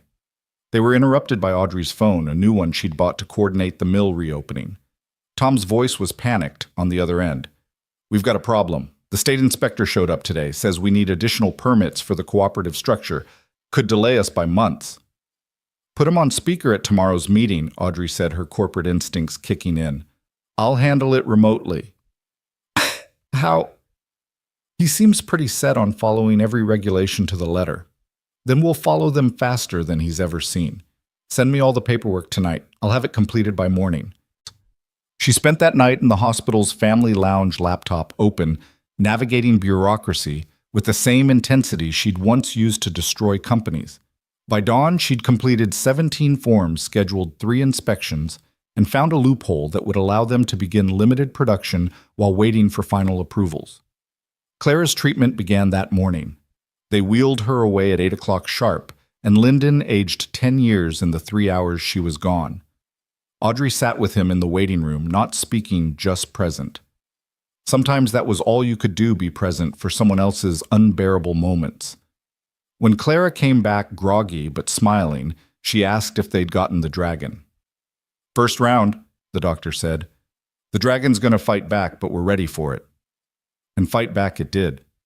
By the 3rd day, Clara was fevering as her body reacted to the treatment. She shook with chills, then burned with heat. Lyndon never left her side, reading stories, singing songs, applying cool cloths to her forehead. Daddy, she said during a lucid moment, if I don't get better... You will, he said firmly. But if I don't promise you'll still help the mill, promise you'll be happy. Clara, promise. I promise, baby, but you're going to get better. You're the strongest person I know. Stronger than the dragon. So much stronger. Audrey watched from the doorway, her heart breaking and rebuilding itself simultaneously. She'd sat through $1,000 dinners and $1 million deals, but she'd never witnessed anything as valuable as this, a father's love distilled to its purest form. On the 4th day, while Clara slept, Lyndon finally agreed to take a break. Audrey drove him to a nearby park, where they walked among bare trees and winter-quiet paths. I can't lose her, he said suddenly. She's all I have left of Marie. Tell me about her. Marie. She was... light. That's the only way I can describe her. She made everything brighter just by being there. We met in high school. She was new in town from California. Thought Greyhaven was the most boring place on earth until I showed her the hidden waterfall up on the mountain. She said she fell in love with me right there, watching me explain why our boring little town was actually magic. It is magic, Audrey said. I see that now. Marie would have liked you. She always said I needed someone who could match my stubbornness. Is that what I do, match your stubbornness? He stopped walking and looked at her. Really looked at her. You exceed it, in the best possible way. Back at the hospital, Clara's fever had broken. She was weak but alert, asking for ice cream and complaining that the hospital TV didn't have her favorite shows. Dr. Patel called it a good sign her body was responding to the treatment. Meanwhile, in Greyhaven, the mill was coming alive. Audrey coordinated everything from the hospital, her phone constantly buzzing with questions and updates. The first production line was nearly ready. Orders were coming in from boutiques intrigued by the cooperative's story. The local news had picked up the tale, and suddenly everyone wanted to know about the town that had saved itself. You're doing it, Lyndon said one evening, watching her juggle 3 different calls about shipping logistics. We're doing it, she corrected. All of us. But you're the one making it work. You're the bridge between what we know and what we need to learn. Then let me teach you, she said. So you don't need a bridge anymore. They spent the following evenings going over business plans, financial projections, marketing strategies. Lyndon was a quick learner, his practical intelligence absorbing concepts that would have taken MBAs months to grasp. Clara, feeling better each day, would add her own observations. You should make something with unicorns, she suggested seriously. Everyone loves unicorns. Unicorns it is, Audrey agreed, making a note. Limited edition unicorn pattern fabric. We'll call it the Clara Collection. Really? Really? Clara beamed, then grew serious. Ms. Audrey, are you going to stay? After the mill is fixed and I'm better. It was the question Audrey had been avoiding, the one that lurked beneath every plan and projection. Her commitment to Marcus Chen's fund was for 2 years, but what then? Back to New York, to another life of hostile takeovers and empty victories. I don't know, she said honestly. Would you want me to? Yes, Clara said immediately. Daddy smiles more when you're around, and Grandma Liz says you're good for us. She does. She says you're like a grafted branch on an old tree, different, but making the whole thing stronger. From the mouths of babes, Audrey thought, or in this case, from the mouths of wise grandmothers speaking through brave children. The second week of treatment was harder. Clara developed what Dr. Patel called cytokine release syndrome, her immune system overreacting to the therapy. She spiked fevers that had nurses running her small body shaking with rigors that made Lyndon weep in the hallway where she couldn't see. This is normal, Dr. Patel assured them. It means the treatment is working. Her body is fighting. Normal had never seemed so terrifying. Audrey found herself praying for the first time since childhood, not to any specific god, but to whatever force might be listening. Let her live. Let this brave, bright child live. On the worst night, when Clara's temperature hit 104 and she was delirious talking to people who weren't there, Audrey held Lyndon in the family lounge while he sobbed. I can't do this, he said against her shoulder. I'm not strong enough. You are, she said firmly. You're the strongest man I know, and you're not doing it alone. I'm here. The whole town is here in spirit. We're all fighting this dragon with you. He pulled back to look at her, his eyes red and swollen. Why does it feel like you've always been here, like you were meant to find us in that storm? Maybe I was, she said and kissed him. It wasn't a romantic movie kiss, nothing choreographed or perfect. It was desperate and sad and hopeful, all at once, tasting of hospital coffee and tears. It was two people finding each other in the midst of potential loss, holding on to whatever light they could find. I'm falling in love with you, he said when they broke apart. I shouldn't not now, not with everything so uncertain, but I am. Good, she said, because I'm falling in love with you too. Have been since you shared your thermos in that freezing mill.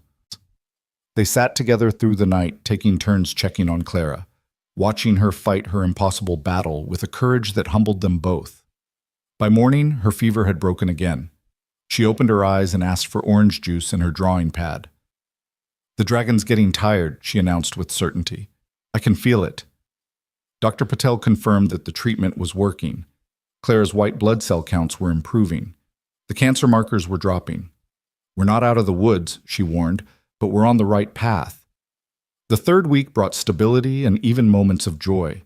Clara was able to walk the halls, her IV pole decorated with ribbons she'd made from medical tape.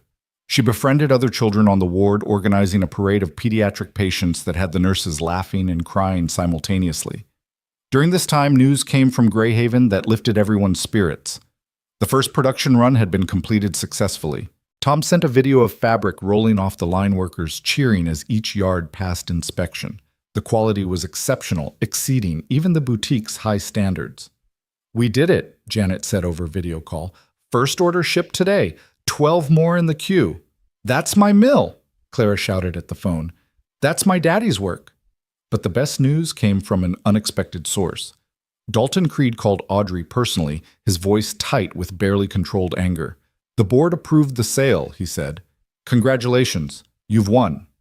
We've won, Audrey corrected. Don't expect any favors in the future. You're persona non grata in corporate circles. I wasn't expecting to return to those circles. Then what are you expecting Audrey to play small-town savior forever? You'll be bored within a year. She looked through the window at Lyndon and Clara working on a puzzle together, their heads bent close, occasionally laughing at something only they understood. I don't think I will, she said, and hung up. The sale terms were better than they'd hoped. The environmental liability had scared corporate badly. The cooperative would own the mill outright within 5 years, with payments structured to match projected revenues. It was still a risk, but a manageable one. Clara was discharged on a Thursday morning that felt like the first day of spring despite the February date. She walked out on her own, 2 feet weak, but determined, carrying a certificate from the nurses declaring her bravest dragon fighter in Philadelphia. The drive home was quiet, all of them exhausted from 3 weeks of battle. But as they crested the hill above Greyhaven and saw the mill in the distance, smoke rising from its stack for the first time in months, Clara let out a whoop of joy. It's alive! The castle is alive! The entire town seemed to be waiting at Lyndon's house. Elizabeth had organized a welcome home party, complete with banners and Clara's favorite foods. The child was passed from arm to arm, everyone needing to verify for themselves that she was really there, really improving. You did it, Elizabeth said to Audrey privately. You brought them both home. The treatment brought Clara home. I'm not talking about the treatment. Lyndon's been lost since Marie died. Functioning, yes, but not living. You brought him back to life. He did the same for me. Elizabeth smiled, the knowing smile of a woman who'd seen enough of life to recognize the real thing when it appeared. Then you're even. That's a good place to start. The next days were a whirlwind of activity. Clara had to return to Philadelphia weekly for follow-up treatments, but these were outpatient visits manageable with planning. The mill was hiring back workers, training them not just as employees but as owners. Audrey conducted workshops on financial literacy, helping everyone understand what it meant to be part of a cooperative. When we profit, you profit, she explained at one session. When we grow, you decide how. This isn't just a job anymore, it's your business. Our business, Tom corrected. You're one of us now whether you like it or not. She did like it, more than she'd ever thought possible. The work was harder than anything she'd done in Manhattan. Longer hours, smaller rewards, constant challenges. But it was real in a way her corporate life had never been. When fabric came off the line, she could touch it. When workers got their first profit-sharing check, she could see their joy.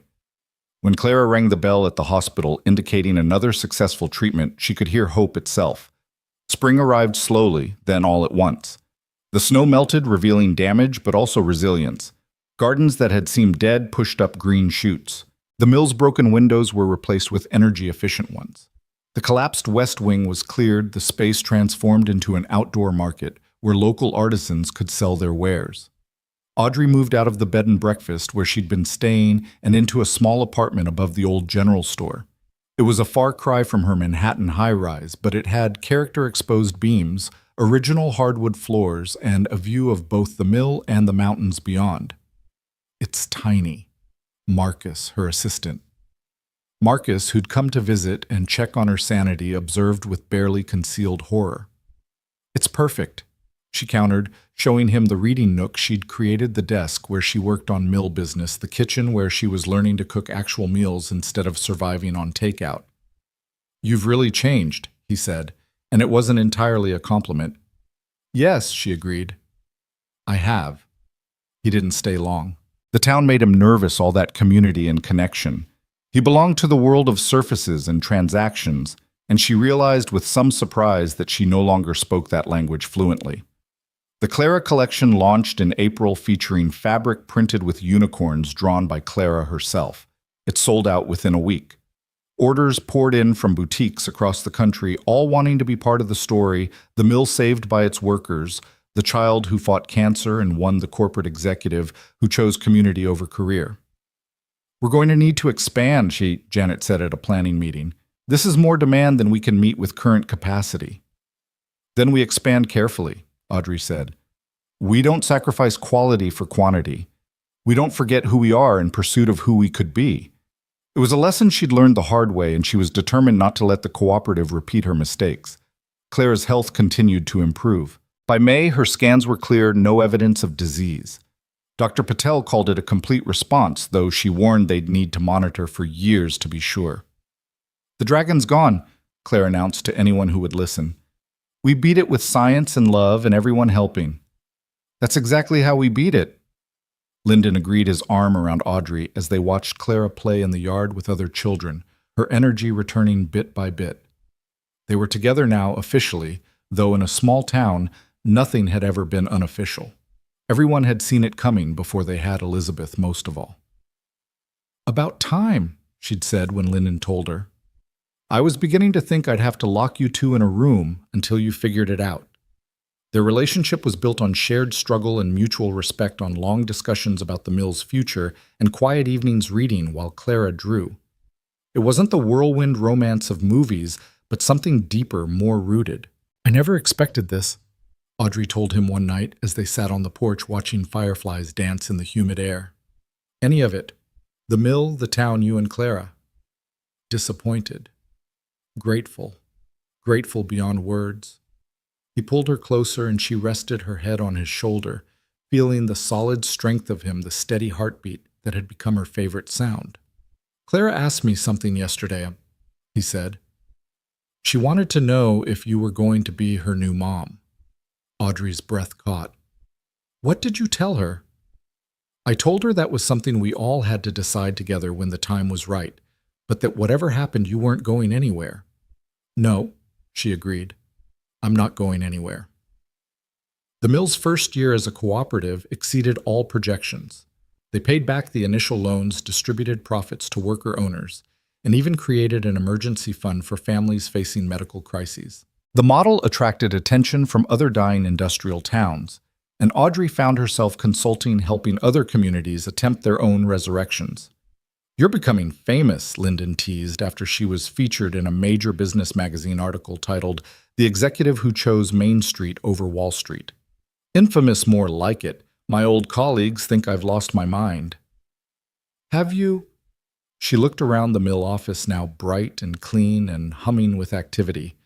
Through the window, she could see Clara helping Elizabeth in the garden they'd planted on the site of the collapsed wing. Tom and Janet were arguing good-naturedly about production schedules. The sound of machinery was no longer death rattles, but life songs. "No," she said. "I found it."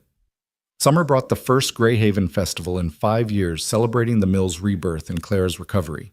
The whole town transformed, bunting across Main Street, food trucks in the park, local bands on a makeshift stage. The mill offered tours showing visitors how American textile manufacturing could thrive with the right model.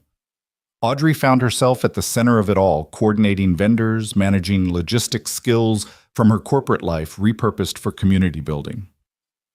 But the best moment came when Clara took the stage to thank everyone who'd helped save both her and the mill.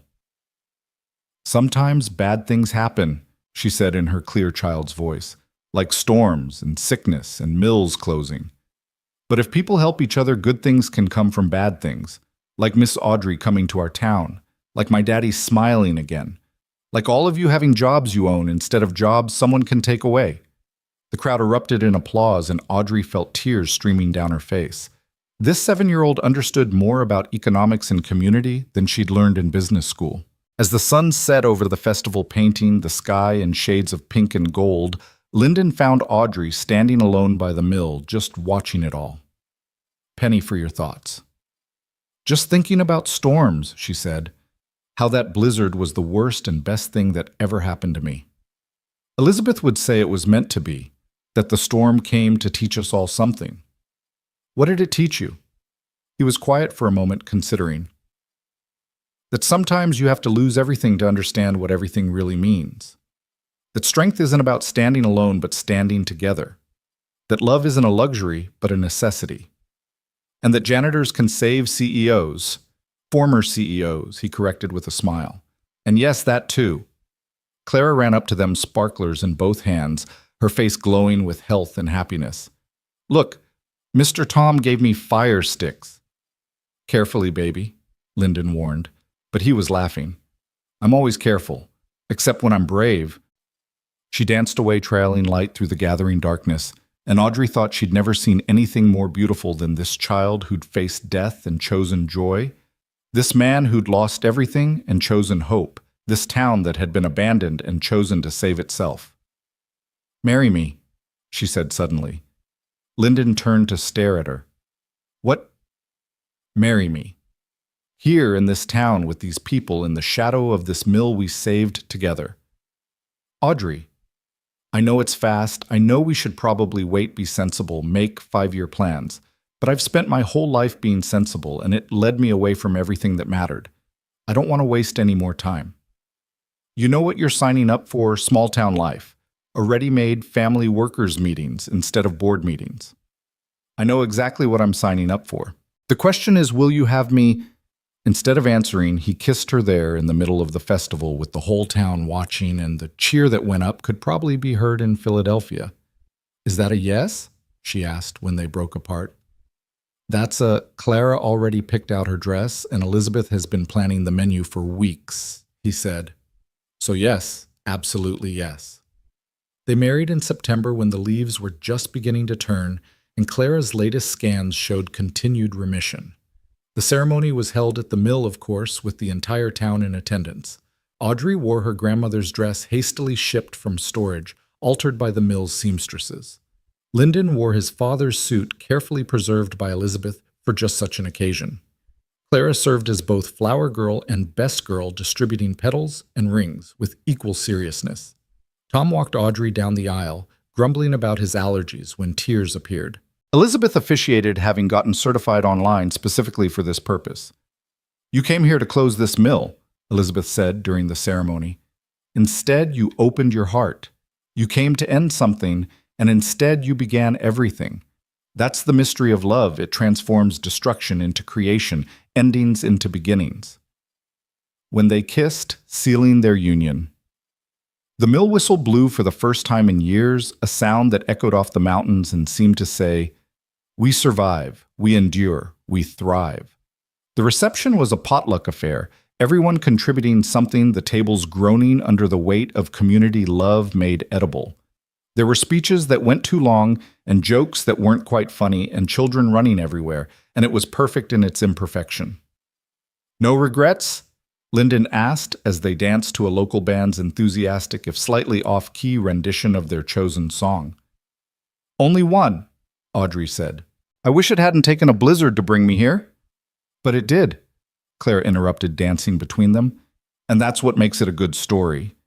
The storm, and the dragon, and the castle, and now the happily ever after." "Is that what this is?" Audrey asked, lifting Clara into their dance. "Happily ever after." "No," Clara said, with the wisdom of a child who'd learned too young that nothing is permanent. "It's happily right now, and now, and now, and if we're lucky, lots and lots of nows." As the stars came out over Greyhaven, over the mill that wouldn't die and the people who wouldn't give up, Audrey thought Clara was right. No promises of forever, just this moment, these people, this choice to build rather than destroy. The closer had become the opener, opening hearts and possibilities and futures that hadn't existed before a storm taught her what really mattered. The first winter after their wedding arrived, gentler than the one that had brought them together, but it still carried challenges that tested their newfound stability. Audrey stood in the mill office, now properly heated and organized, reviewing orders that should have made her happy. Instead, she frowned at the numbers, a familiar unease creeping up her spine. "That's your worried face," Lyndon observed from the doorway, coffee in hand. "What's wrong?" "Nothing's wrong? That's what's wrong." She turned the laptop screen toward him. "Orders are up 40%. The boutiques want exclusive lines. There's a major retailer interested in carrying our products nationwide. And this is bad because I've seen this before. Success becomes expansion, becomes overreach, becomes collapse. It's the American business cycle, and I helped perpetuate it for years." Lyndon set down the coffee and pulled up a chair beside her. Marriage had taught them to read each other's anxieties like familiar maps. "But we're different. We're cooperative. We make decisions together. Do we, or do we just follow my lead because I'm the one with the business degree?" It was a fair question, one that had been lurking beneath their success. The workers trusted Audrey, but sometimes that trust felt too automatic, too deferential. She'd left the corporate world, but had she really left its hierarchies behind? "Let's call a meeting," Lyndon suggested. "Full cooperative. Put everything on the table." The meeting that night was contentious in a way their gatherings hadn't been before. Success, it turned out, was harder to navigate than crisis. Tom wanted to accept every order, maximize profit while they could. Janet worried about quality suffering if they grew too fast. David insisted they needed equipment upgrades before any expansion. The newer workers hired as the cooperative grew felt their voices weren't being heard equally with the founding members. "We're becoming what we fought against," said Marcus Kim, one of the younger workers, "a few people making decisions for everyone else." The words stung because they held truth. Audrey had been so focused on keeping the mill profitable that she'd inadvertently recreated the very power structures she'd once wielded in Manhattan. "You're right," she said, surprising everyone, including herself. "I've been managing instead of collaborating. Old habits." "It's not just you," Tom admitted. "We've gotten comfortable letting you lead because it's easier than figuring things out together." Elizabeth, who rarely spoke at meetings but always attended, stood slowly. "My grandfather helped build this mill. He used to say that a mill is like a marriage. It only works when everyone pulls their weight and no one pulls rank.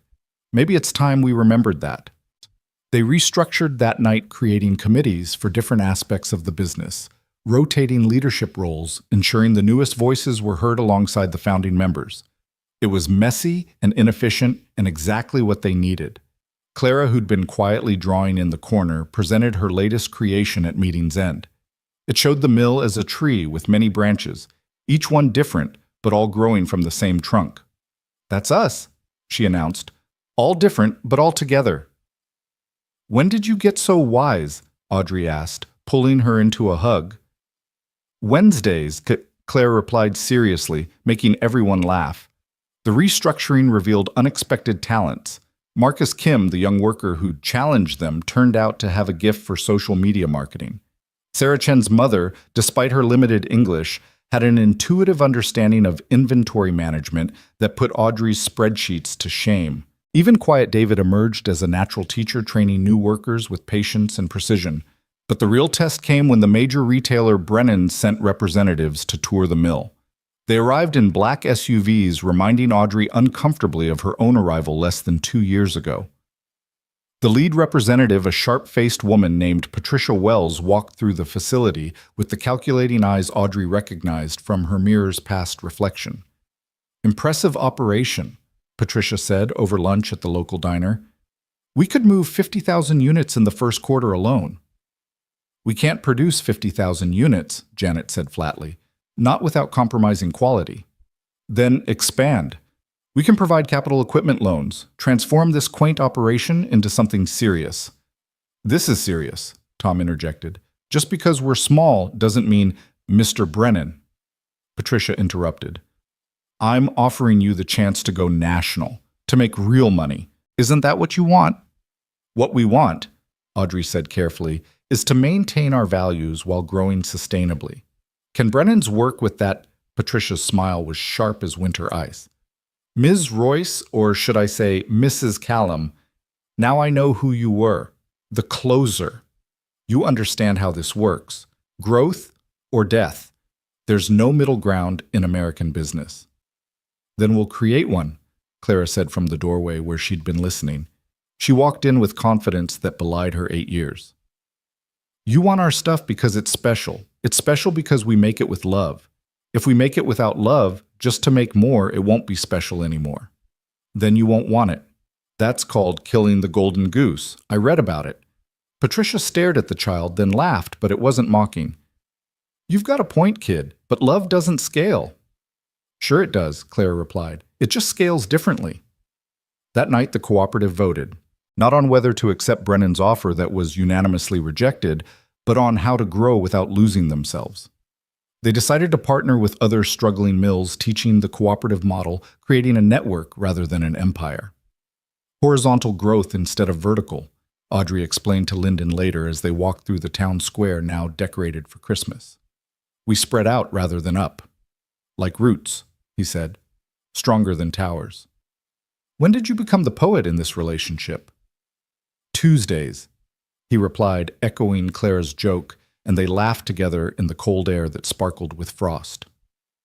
The first partner mill was in West Virginia, a furniture factory on the verge of closure. Audrey and a team of worker owners spent a week there teaching what they'd learned, helping structure the cooperative, sharing their mistakes as freely as their successes. You're creating competitors, Patricia Wells said when she called to make one last pitch. You realize that, right? We're creating community, Audrey corrected. Competition assumes scarcity. Community assumes abundance. You really have gone native? The best thing that ever happened to me. Clara's health remained stable through the winter, her quarterly scans showing no return of the dragon, as she called it. But in February, during a routine checkup, Dr. Patel found something concerning. It's not cancer, she said quickly, seeing their faces, but Clara's immune system is still recovering from the treatment. There's an infection in her lungs. Treatable, but it needs aggressive antibiotics. Hospital stay probably 2 weeks. The drive back to Philadelphia was quiet, Clara. Between them in the truck's front seat, they'd removed the center console to make room for 3, holding both their hands. I'm not scared, she announced. We beat the dragon. This is just a cold. A cold with attitude, Lyndon agreed, but his knuckles were white on the steering wheel. The hospital stay stretched to 3 weeks when Clara developed a reaction to the first antibiotic. Audrey and Lyndon took turns at her bedside, one always with Clara, while the other managed the mill remotely. The cooperative stepped up, handling daily operations without them proving the resilience of the structure they'd built. It was during the 3rd week late at night, while Clara slept and Lyndon dozed in the chair, that Audrey felt the first flutter. She placed her hand on her stomach, wondering if she'd imagined it. Then it came again, butterfly wings from within. She was pregnant. They'd talked about it, of course. Clara wanted siblings had been drawing pictures of babies for months. But with Clara's health still fragile and the mill still finding its footing, they'd decided to wait. Life apparently had other plans. She didn't tell Lyndon that night or the next. Clara needed their full attention as she fought the infection. But when Clara finally turned the corner, when her laughter returned and she started complaining about hospital food, Audrey knew it was time. I have something to tell you both, she said one evening as they watched the sunset from Clara's room, about our family. Are we getting a dog? Clara asked immediately. I've been very responsible with my medications. I deserve a dog. Not a dog, a baby. The silence stretched for 3 heartbeats. Then Clara shrieked with joy and Lyndon's face went through a symphony of emotions, shock, fear, wonder, and finally, incandescent happiness. When, he managed, October if my math is right. A Halloween baby, Clara exclaimed. That's perfect. We can dress it up as a pumpkin. It, Lyndon laughed. The baby is not an it. It is until we know if it's a brother or sister, Clara said practically. Then more quietly. The baby won't get sick like me, will it? No, sweetheart, Audrey assured her. Your illness isn't genetic. The baby will be fine. Good, because I'm going to teach it everything. How to draw dragons and fight storms and save mills. They brought Clara home on a Thursday that felt like spring's first whisper. The town had organized another welcome, smaller this time, but no less warm. Elizabeth had knitted baby booties that she presented with a knowing smile. I knew before you did. She claimed, and nobody doubted her. The pregnancy changed the rhythms of their life. Audrey found herself moving slower, thinking longer term. The mill's success felt less like a goal to achieve and more like a foundation to build on. She started a program for young people teaching business skills to high schoolers who might otherwise leave Greyhaven for opportunities elsewhere. You're nesting, Lyndon observed one evening, finding her reorganizing the supply closet for the 3rd time. I'm optimizing. You're nesting, and it's adorable. She threw a roll of paper towels at him, but she was smiling. He was right. She was building a nest not just for their baby, but for their community. The West Virginia mill's transition to a cooperative was successful enough that 3 more mills reached out for help. Audrey created a formal consulting structure with experienced worker owners serving as advisors. They called it the Greyhaven model, though Audrey insisted it should be called the Storm Survivor System. That's terrible branding, Tom laughed. But accurate, Audrey countered. We all survived our storms. Now we help others survive theirs. Summer arrived with unusual heat, making Audrey's pregnancy more uncomfortable, but also bringing record sales as their lightweight fabrics became sought after. Clara designed a new line of patterns based on her recovery journey. Dragons becoming butterflies, storms becoming rainbows. They sold out in days. "You're going to be a famous artist," Audrey told her. "I'm going to be a big sister first," Clara replied. "That's more important." The baby shower was naturally a town affair, held at the mill because where else would it be with decorations made from fabric scraps and food provided by every family? Audrey, who'd never imagined herself as the baby shower type, found herself moved to tears repeatedly. Hormones, she claimed, but everyone knew better. Lyndon built a crib in the mill's woodworking shop, each piece carefully crafted during lunch breaks. Clara painted it with tiny dragons and unicorns for protection and magic. Elizabeth provided a quilt made from fabric produced in the mill's first successful run. 5 generations of Callums have slept under handmade quilts, she said. This baby will too. The network of cooperative mills had grown to 12 by late summer, each one learning from the other's experiences. They shared suppliers, coordinated orders, and created a support system that corporate America couldn't understand but couldn't ignore either. "You're reshaping American manufacturing now, done," Marcus Chen from the Social Impact Fund told Audrey during a site visit. "This could be a model for the whole country." "It's just people helping people," Audrey replied, unconsciously rubbing her growing belly. "Nothing revolutionary about that." "In today's economy, it's the most revolutionary thing there is." As October approached, Audrey found herself reflecting on the journey that had brought her here. 2 years ago, she'd been alone in a Manhattan apartment that cost more per month than most Greyhaven families made in 3. Now she was surrounded by family blood, married and chosen in a town that had become home in ways she'd never imagined possible. "Do you ever miss it?" Lyndon asked one evening as they sat on their porch watching Clara chase fireflies in the yard. "The city, the power, the money." "I miss the good Thai food," she admitted. "But no, I don't miss the life. That wasn't living. It was just performing success. And this..." She looked at Clara laughing at the mill in the distance, still running second shift at her husband, whose hands built things instead of destroying them at her belly, where new life grew. "This is real." Labor started at the mill, because of course it did. Audrey was in the middle of a production meeting when the first contraction hit. She tried to hide it to finish the discussion about winter fabric lines, but the second one made her grip the table. "Hospital, now," Janet commanded, recognizing the signs. "I have 10 more items on the agenda." "The baby doesn't care about your agenda," Tom said, already calling Lyndon from the floor. The drive to the hospital was a reversal of all their previous trips this time, heading toward medical care with joy rather than fear. Clara sat in the back timing contractions on her phone with scientific precision. 7 minutes apart, she announced. "According to the internet, we have plenty of time."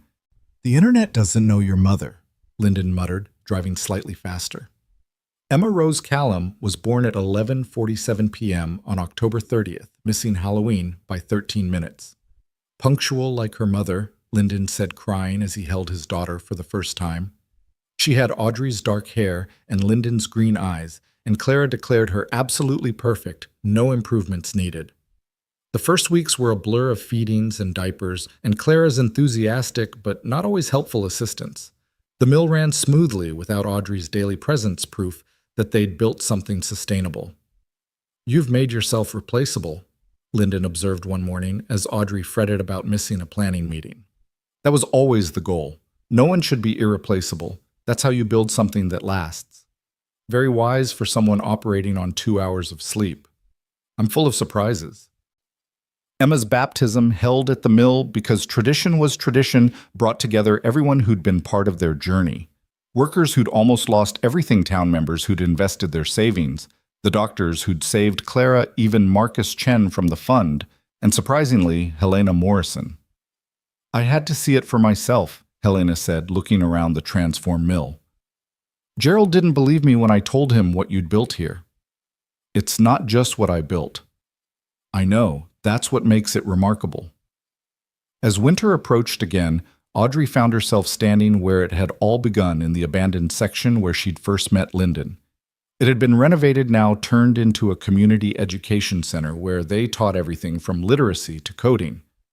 "Full circle," Lyndon said, finding her there with Emma sleeping in a carrier against his chest. "More like a spiral. Same place, different level. Still getting philosophical on me. Must be Thursday." They stood together, their family of four, in the place where a blizzard had trapped a ruthless executive and a weary janitor, forcing them to see each other as human. The storm had passed, but its lessons remained. "Mom," Clara called from the main floor. "The news people are here. They want to film our story." And another news crew, another version of their tale. But Audrey didn't mind anymore. Let them tell the story of the mill that refused to die, the town that saved itself, the executive who chose community over career. Maybe it would inspire other towns, other mills, other executives to choose differently. "Ready?" Lyndon asked. "Always," Audrey replied, and meant it. They walked toward the lights and cameras, but Audrey's mind was on darker days and colder nights, on a thermos of soup that had saved their lives, and a child's drawings that had saved their souls. The blizzard that had brought them together was just memory now, but its gift, the understanding that success meant survival together, rather than profit alone, would last generations. "Mrs. Callum," the reporter began, "you gave up a successful corporate career to save this mill. Any regrets?" Audrey looked at her husband, her daughters, her workers who were also owners, her community that was also family. Through the window, she could see snow beginning to fall, gentle this time, like a benediction. "Just one," she said. "I wish I'd found my way here sooner." But even that wasn't true. The storm had come exactly when it needed to, teaching its lessons to people ready to learn them. Clara had been right all those months ago. It wasn't about happily ever after. It was about happily right now and now. And now each moment building on the last, like fabric coming off the loom, separate threads creating something whole. The interview continued, but Audrey's attention drifted to Emma, stirring in Lyndon's arms, to Clara demonstrating her drawings for the camera, to the steady hum of machinery that sang of purpose rather than profit. She'd come to this town to end something, but instead she'd begun everything that mattered. The reporter asked about future plans, about growth strategies and market projections. Audrey gave the expected answers about sustainable development and cooperative expansion, but her real plans were simpler. Raise her daughters in a place that valued people over profit. Love her husband who'd taught her what strength really meant, and help other communities discover that they too could save themselves. "One last question," the reporter said. "What would you tell other executives considering a similar path?" Audrey thought about all the complicated answers she could give about economic models and social responsibility. But in the end, she said simply, "Sometimes you have to get trapped in a storm to discover you've been lost in the sunshine. And sometimes a janitor with a thermos of soup knows more about wealth than any CEO." The reporter looked confused, but Lyndon squeezed her hand, understanding perfectly. Clara added, "She means love is better than money," with the confidence of a child who'd learned this truth through trials no child should face. As the news crew packed up and the workday continued around them, Audrey stood with her family in the mill that had become their castle, saved not by knights or magic, but by ordinary people choosing extraordinary courage. Through the window, the snow continued falling, but inside was warm and bright and full of the sound of productive work and Emma's baby laughter and Clara's endless questions and Lyndon's steady presence. "Home," Audrey said quietly, the word containing multitudes. "Home," Lyndon agreed and kissed her as Clara made exaggerated gagging noises, and Emma gurgled and the mill hummed its eternal song of transformation thread into fabric strangers, into family and endings, into beginnings. The storm had passed, but what it had created would endure for generations, a testament to the truth that sometimes destruction is just creation, wearing a disguise, waiting for someone brave enough to see through the devastation to the possibility beyond. And in Greyhaven, Pennsylvania, in a mill that refused to die, surrounded by people who refused to give up, Audrey Royce. Callum finally understood what success really meant. It wasn't about closing deals or climbing ladders. It was about opening hearts and building bridges. It was about choosing connection over competition, community over capital. It was about coming in from the cold to find warmth you didn't know you were seeking, and discovering that home isn't a place, but a choice you make every day to show up for the people who show up for you. The blizzard had taught her this. Lyndon had shown her this, Clara had proven this, and now Emma would grow up knowing this as surely as she knew her own name. The mill would continue. The town would thrive. And somewhere in another dying town with another closing factory, someone would hear their story and think, if they could do it, so can we. This was Audrey's true legacy, not the companies she'd closed, but the communities she'd helped open to their own possibility. As the family walked through the mill toward home, workers calling out greetings and updates, Audrey felt the rightness of it all settle into her bones. She'd traveled so far to arrive exactly where she needed to be carried by a storm that had seemed like disaster but had actually been deliverance. 3 years had passed since Emma's birth, and the mill now employed twice as many workers as before its resurrection. Audrey stood in what had once been the collapsed West Wing, now transformed into a state-of-the-art training center where young people learned both traditional textile skills and modern business management. Through the floor-to-ceiling windows, a deliberate choice to flood the space with light, she could see Emma toddling after Clara in the memorial garden they'd planted for all the workers who'd built their lives around this place. Ms. Audrey, a young voice interrupted her thoughts. She turned to find Miguel Santos Maria's grandson holding a portfolio with nervous hands. At 19, he was part of the first generation to grow up seeing the mill not as a dying giant but as a living proof of possibility. It's just Audrey Miguel, you know that. My grandmother says I should show respect, he said, but smiled. I finished the designs for the heritage line you suggested. She reviewed his sketches. Modern interpretations of traditional patterns found in the mill's archives, each one telling a story of the families who'd worked here. His talent was undeniable, raw, but authentic, exactly what their younger customer base craved. These are extraordinary, Sus, she said, watching his face light up. Clara's going to have competition as our lead designer. Nobody competes with Clara, he laughed. She's already planning the spring collection, and she's only 11. 11. Audrey could barely reconcile the number with the tiny girl who'd fought dragons in a hospital bed. Clara had grown tall like her father, with her mother's fierce determination and a wisdom earned too young but worn with grace. Her latest scans remained clear, 5 years cancer-free, though they'd never stop watching, never stop holding their breath at each appointment. Mama! Emma's voice carried through the window. Mama, look... Audrey moved to the window to see her youngest daughter standing triumphant atop a small hill of mulch arms spread wide like she'd conquered Everest. Lyndon was nearby pretending to be a dragon that Clara was valiantly fighting off with a stick sword, their laughter echoing across the grounds. Your family's something special, Miguel said softly. My grandmother tells stories about the storm, about how Mr. Lyndon saved you, and you saved all of us. She says it was God's plan. Maybe it was, Audrey agreed. Or maybe we just got lucky. Either way, I'm grateful. Her phone buzzed with a text from Janet.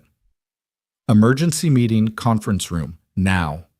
The conference room, once a break room where workers ate silent lunches between shifts, now hummed with tension. The entire cooperative board was present, faces grim. Tom held a letter like it might explode. What's happened? Audrey asked, though her stomach already knew. In business, good news never required emergency meetings. Brennan's is back, Tom said, but this time they're not trying to partner with us. They're opening their own facility, 20 miles away, automated production. They're offering our workers double wages to jump ship. The room erupted in angry voices. 3 years of success had made them comfortable, maybe too comfortable. They'd forgotten that the corporate world hadn't changed just because they had. How many? Audrey asked quietly. 7 have already given notice, Janet replied. More are considering, can't blame them. Double wages is hard to turn down when you've got kids to feed. We can't match those wages, David added. Not without destroying everything we've built. Audrey felt the familiar cold calculation of her former life sliding back like muscle memory. She could see the chessboard, the moves and counter moves, the ways to fight or fold. But then she looked out the window at her daughters playing and remembered she didn't play that game anymore. We don't match them, she said. We offer something they can't, which is... Tom's skepticism was plain. Ownership, real ownership. Not just profit sharing, but decision making. Every worker who stays becomes a full voting member immediately, not after the usual 2-year waiting period. And we accelerate the transition plan. Anyone who commits to 10 years gets priority consideration for leadership roles. That's a huge risk, Janet pointed out. We could end up with people voting on things they don't understand. Then we teach them to understand. That's what the training center is for. Audrey moved to the whiteboard, her mind racing. Brennan's is offering jobs. We're offering careers. They're offering wages. We're offering wealth building. They're offering to make workers slightly richer. We're offering to make them owners. Will it be enough? David asked. For some, yes. For others, no. But the ones who stay will be the ones who believe in what we're building.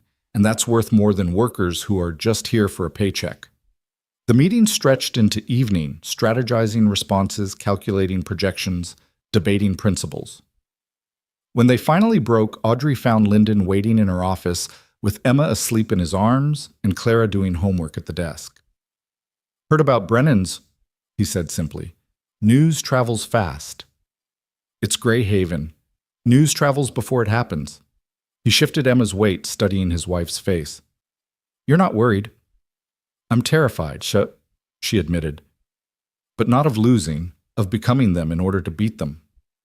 Clara looked up from her math. Mom, you could never become them. You know why? Why, sweetheart? Because you have us, and we wouldn't let you. From the mouths of babes. Audrey thought pulling Clara into a hug that turned into a family embrace. Emma stirring just enough to mumble group hug before falling back asleep. Over the next weeks, the defections continued. 12 workers ultimately left for Brennan's, including 2 founding members whose departure felt like personal betrayal. The local news covered it as David versus Goliath, though Audrey pointed out that David had actually won that fight. Details, Tom grumbled, but his heart wasn't in the cynicism anymore. The remaining workers rallied with fierce loyalty. Production actually increased as everyone pushed harder, determined to prove that purpose could compete with profit. Orders continued flowing in, particularly from younger consumers who valued the story behind their purchases. But the real blow came from an unexpected direction. Helena Morrison called on a Thursday evening, her voice carefully neutral. Audrey, I thought you should hear this from me. Gerald is retiring. The board is selling Morrison Industries. The buyer is Brennan's parent company. The words hit like physical blows. Morrison Industries held their largest contracts, nearly 30% of their revenue. They'll cancel our agreements, Audrey said, not a question. Within 6 months, I fought it, but Helena's composure cracked slightly. I'm sorry. I'm so sorry. After the call, Audrey sat in her office as darkness fell, staring at spreadsheets that suddenly looked like death sentences. Without Morrison, they'd have to cut production, reduce wages, maybe lay off workers, everything they'd sworn never to do. Mom, Clara's voice from the doorway. Dad sent me to get you for dinner. Not hungry, sweetheart. Clara entered anyway, wise beyond her 11 years, and looked at the numbers on the screen. Is it bad? Yeah, it's bad. Bad like when I was sick, or bad like a regular problem? The perspective check hit hard. Regular problem, bad problem. Then we'll figure it out. We always do. Clara pulled up a chair. Remember what you taught me? Every problem has a solution. We just have to find it. They spent the evening brainstorming Clara's unconventional thinking, sparking ideas Audrey wouldn't have considered. What if they pivoted to direct-to-consumer sales? What if they created their own retail spaces? What if they partnered with other cooperatives to create a distribution network that bypassed traditional retailers entirely? You might be onto something, Audrey said, scribbling notes. A cooperative marketplace, not just textiles, but everything furniture from West Virginia, pottery from North Carolina, preserved foods from Vermont. Like a mall, but with meaning, Clara added. Exactly like that. The idea evolved over the following days, shaped by input from the entire cooperative. They would create an online platform and physical spaces, starting with a renovated section of the mill where cooperative-made goods could be sold directly to consumers who valued ethical production. It's ambitious, Marcus Chen said when Audrey pitched it to the fund. Maybe too ambitious. 3 years ago, saving this mill was too ambitious. Now we're thriving. You're surviving. There's a difference. Then help us do more than survive. This could revolutionize how cooperatives reach markets. He was quiet for a long moment. I'll need to see detailed projections, and you'll need other cooperatives committed before we can invest. Give me 30 days. She spent those 30 days on the road, Emma and Clara alternating as travel companions when school allowed visiting cooperatives across the eastern seaboard. Each pitch refined the vision, a network that preserved independence while providing collective strength. In a converted warehouse in Baltimore, she found her first major partner, a furniture cooperative run by formerly homeless veterans. In Burlington, a craft brewery that had been worker-owned for a decade signed on immediately. By day 25, she had 12 commitments and enough momentum to make Marcus take notice. But it was Clara who provided the breakthrough, designing a logo during one of their drives, interconnected circles forming a larger circle, each one distinct but part of the whole. It's like us, V, she explained. All different, but all connected. The design went viral when Miguel posted it on social media with the story of its 11-year-old creator. Orders started coming in before they'd even launched the platform. The media picked up the story, "Child designer helps save American manufacturing." "I'm not saving it," Clara told one reporter with characteristic directness. "I'm just drawing what I see, people helping people. That's all any of this is." The platform launched on the first day of spring, with Elizabeth ringing the mill bell that had announced shifts for over a century. The website crashed within 3 hours from traffic, which Marcus called the best problem to have. Brennan's facility opened the same week, a gleaming automated giant that could produce 10 times what Greyhaven could manage. But their products, while cheap and efficient, lacked the thing that no machine could replicate: StorySoul, the knowledge that human hands had created something with care. "They'll always be able to make it faster and cheaper," Lyndon said, watching trucks roll in and out of the Brennan facility from the hill above town. "Let them," Audrey replied. "We're not competing on their terms anymore." Summer brought unexpected challenges. Emma, now 3 and fearless, managed to break her arm falling from the apple tree she'd been expressly told not to climb. The cooperative's health insurance, hard-won through collective bargaining, covered everything, but the incident reminded them how fragile their small utopia remained. "She's got your stubbornness," Lyndon said in the emergency room, Emma sleeping off pain medication with her new pink cast. "And your belief that rules are suggestions," Audrey countered. "A winning combination. A terrifying combination." But Emma's recovery was swift and enthusiastic, her cast becoming a canvas for every worker at the mill to sign or draw something. By the time it came off, it looked like a textile sample book. The cooperative marketplace grew faster than anyone anticipated. By midsummer, they were processing thousands of orders weekly, and the renovated mill section had become a destination for tourists seeking authentic American-made goods. Claire's designs were featured in a major fashion magazine, though she remained more interested in her middle school's art club than fame. Then in August, Dalton Creed reappeared. He stood in the mill's entrance like a specter from another life, his suit immaculate despite the summer heat, his smile sharp as ever. "Audrey, you're looking domestic." "Dalton, you're looking unwelcome." "Is that any way to greet an old colleague? I come bearing opportunities." Against her better judgment, she met him in her office, the space that had once been a janitor's closet transformed into a nerve center of cooperative commerce. He looked around with barely concealed amusement. From corner offices to closets, quite the journey. "What do you want, Dalton?" "Direct as always. Fine. Brennan's is struggling. Turns out automated production can't respond to market trends quickly enough. They need what you have: authenticity, story, the ability to pivot. They want to buy you out." "We're not for sale." "Everything's for sale at the right price. They're offering $20 million. That's roughly $500,000 per worker owner. Life-changing money for these people." It was. For workers who'd started with nothing, $500,000 represented security college for their kids, retirement without fear. The answer is still no. You can't make that decision unilaterally. Isn't this a democracy? He was right, and he knew it. The offer would have to be presented to the cooperative, voted on by every member. And in a town where poverty was generational, $500,000 might be impossible to refuse. The meeting that night was the most difficult they'd ever held. Audrey presented the offer without commentary, letting the numbers speak for themselves. The room erupted in discussion, some seeing opportunity, others seeing betrayal. "It's enough to start over anywhere," said Marcus Kim, one of the younger workers. "Start over as what?" Tom countered. "Employees again, servants to someone else's dream." "Rich servants," someone muttered. Elizabeth stood slowly, her age showing in the careful movement, but her voice strong as ever. "I've lived through the Depression, 3 wars, and more economic crashes than I can count.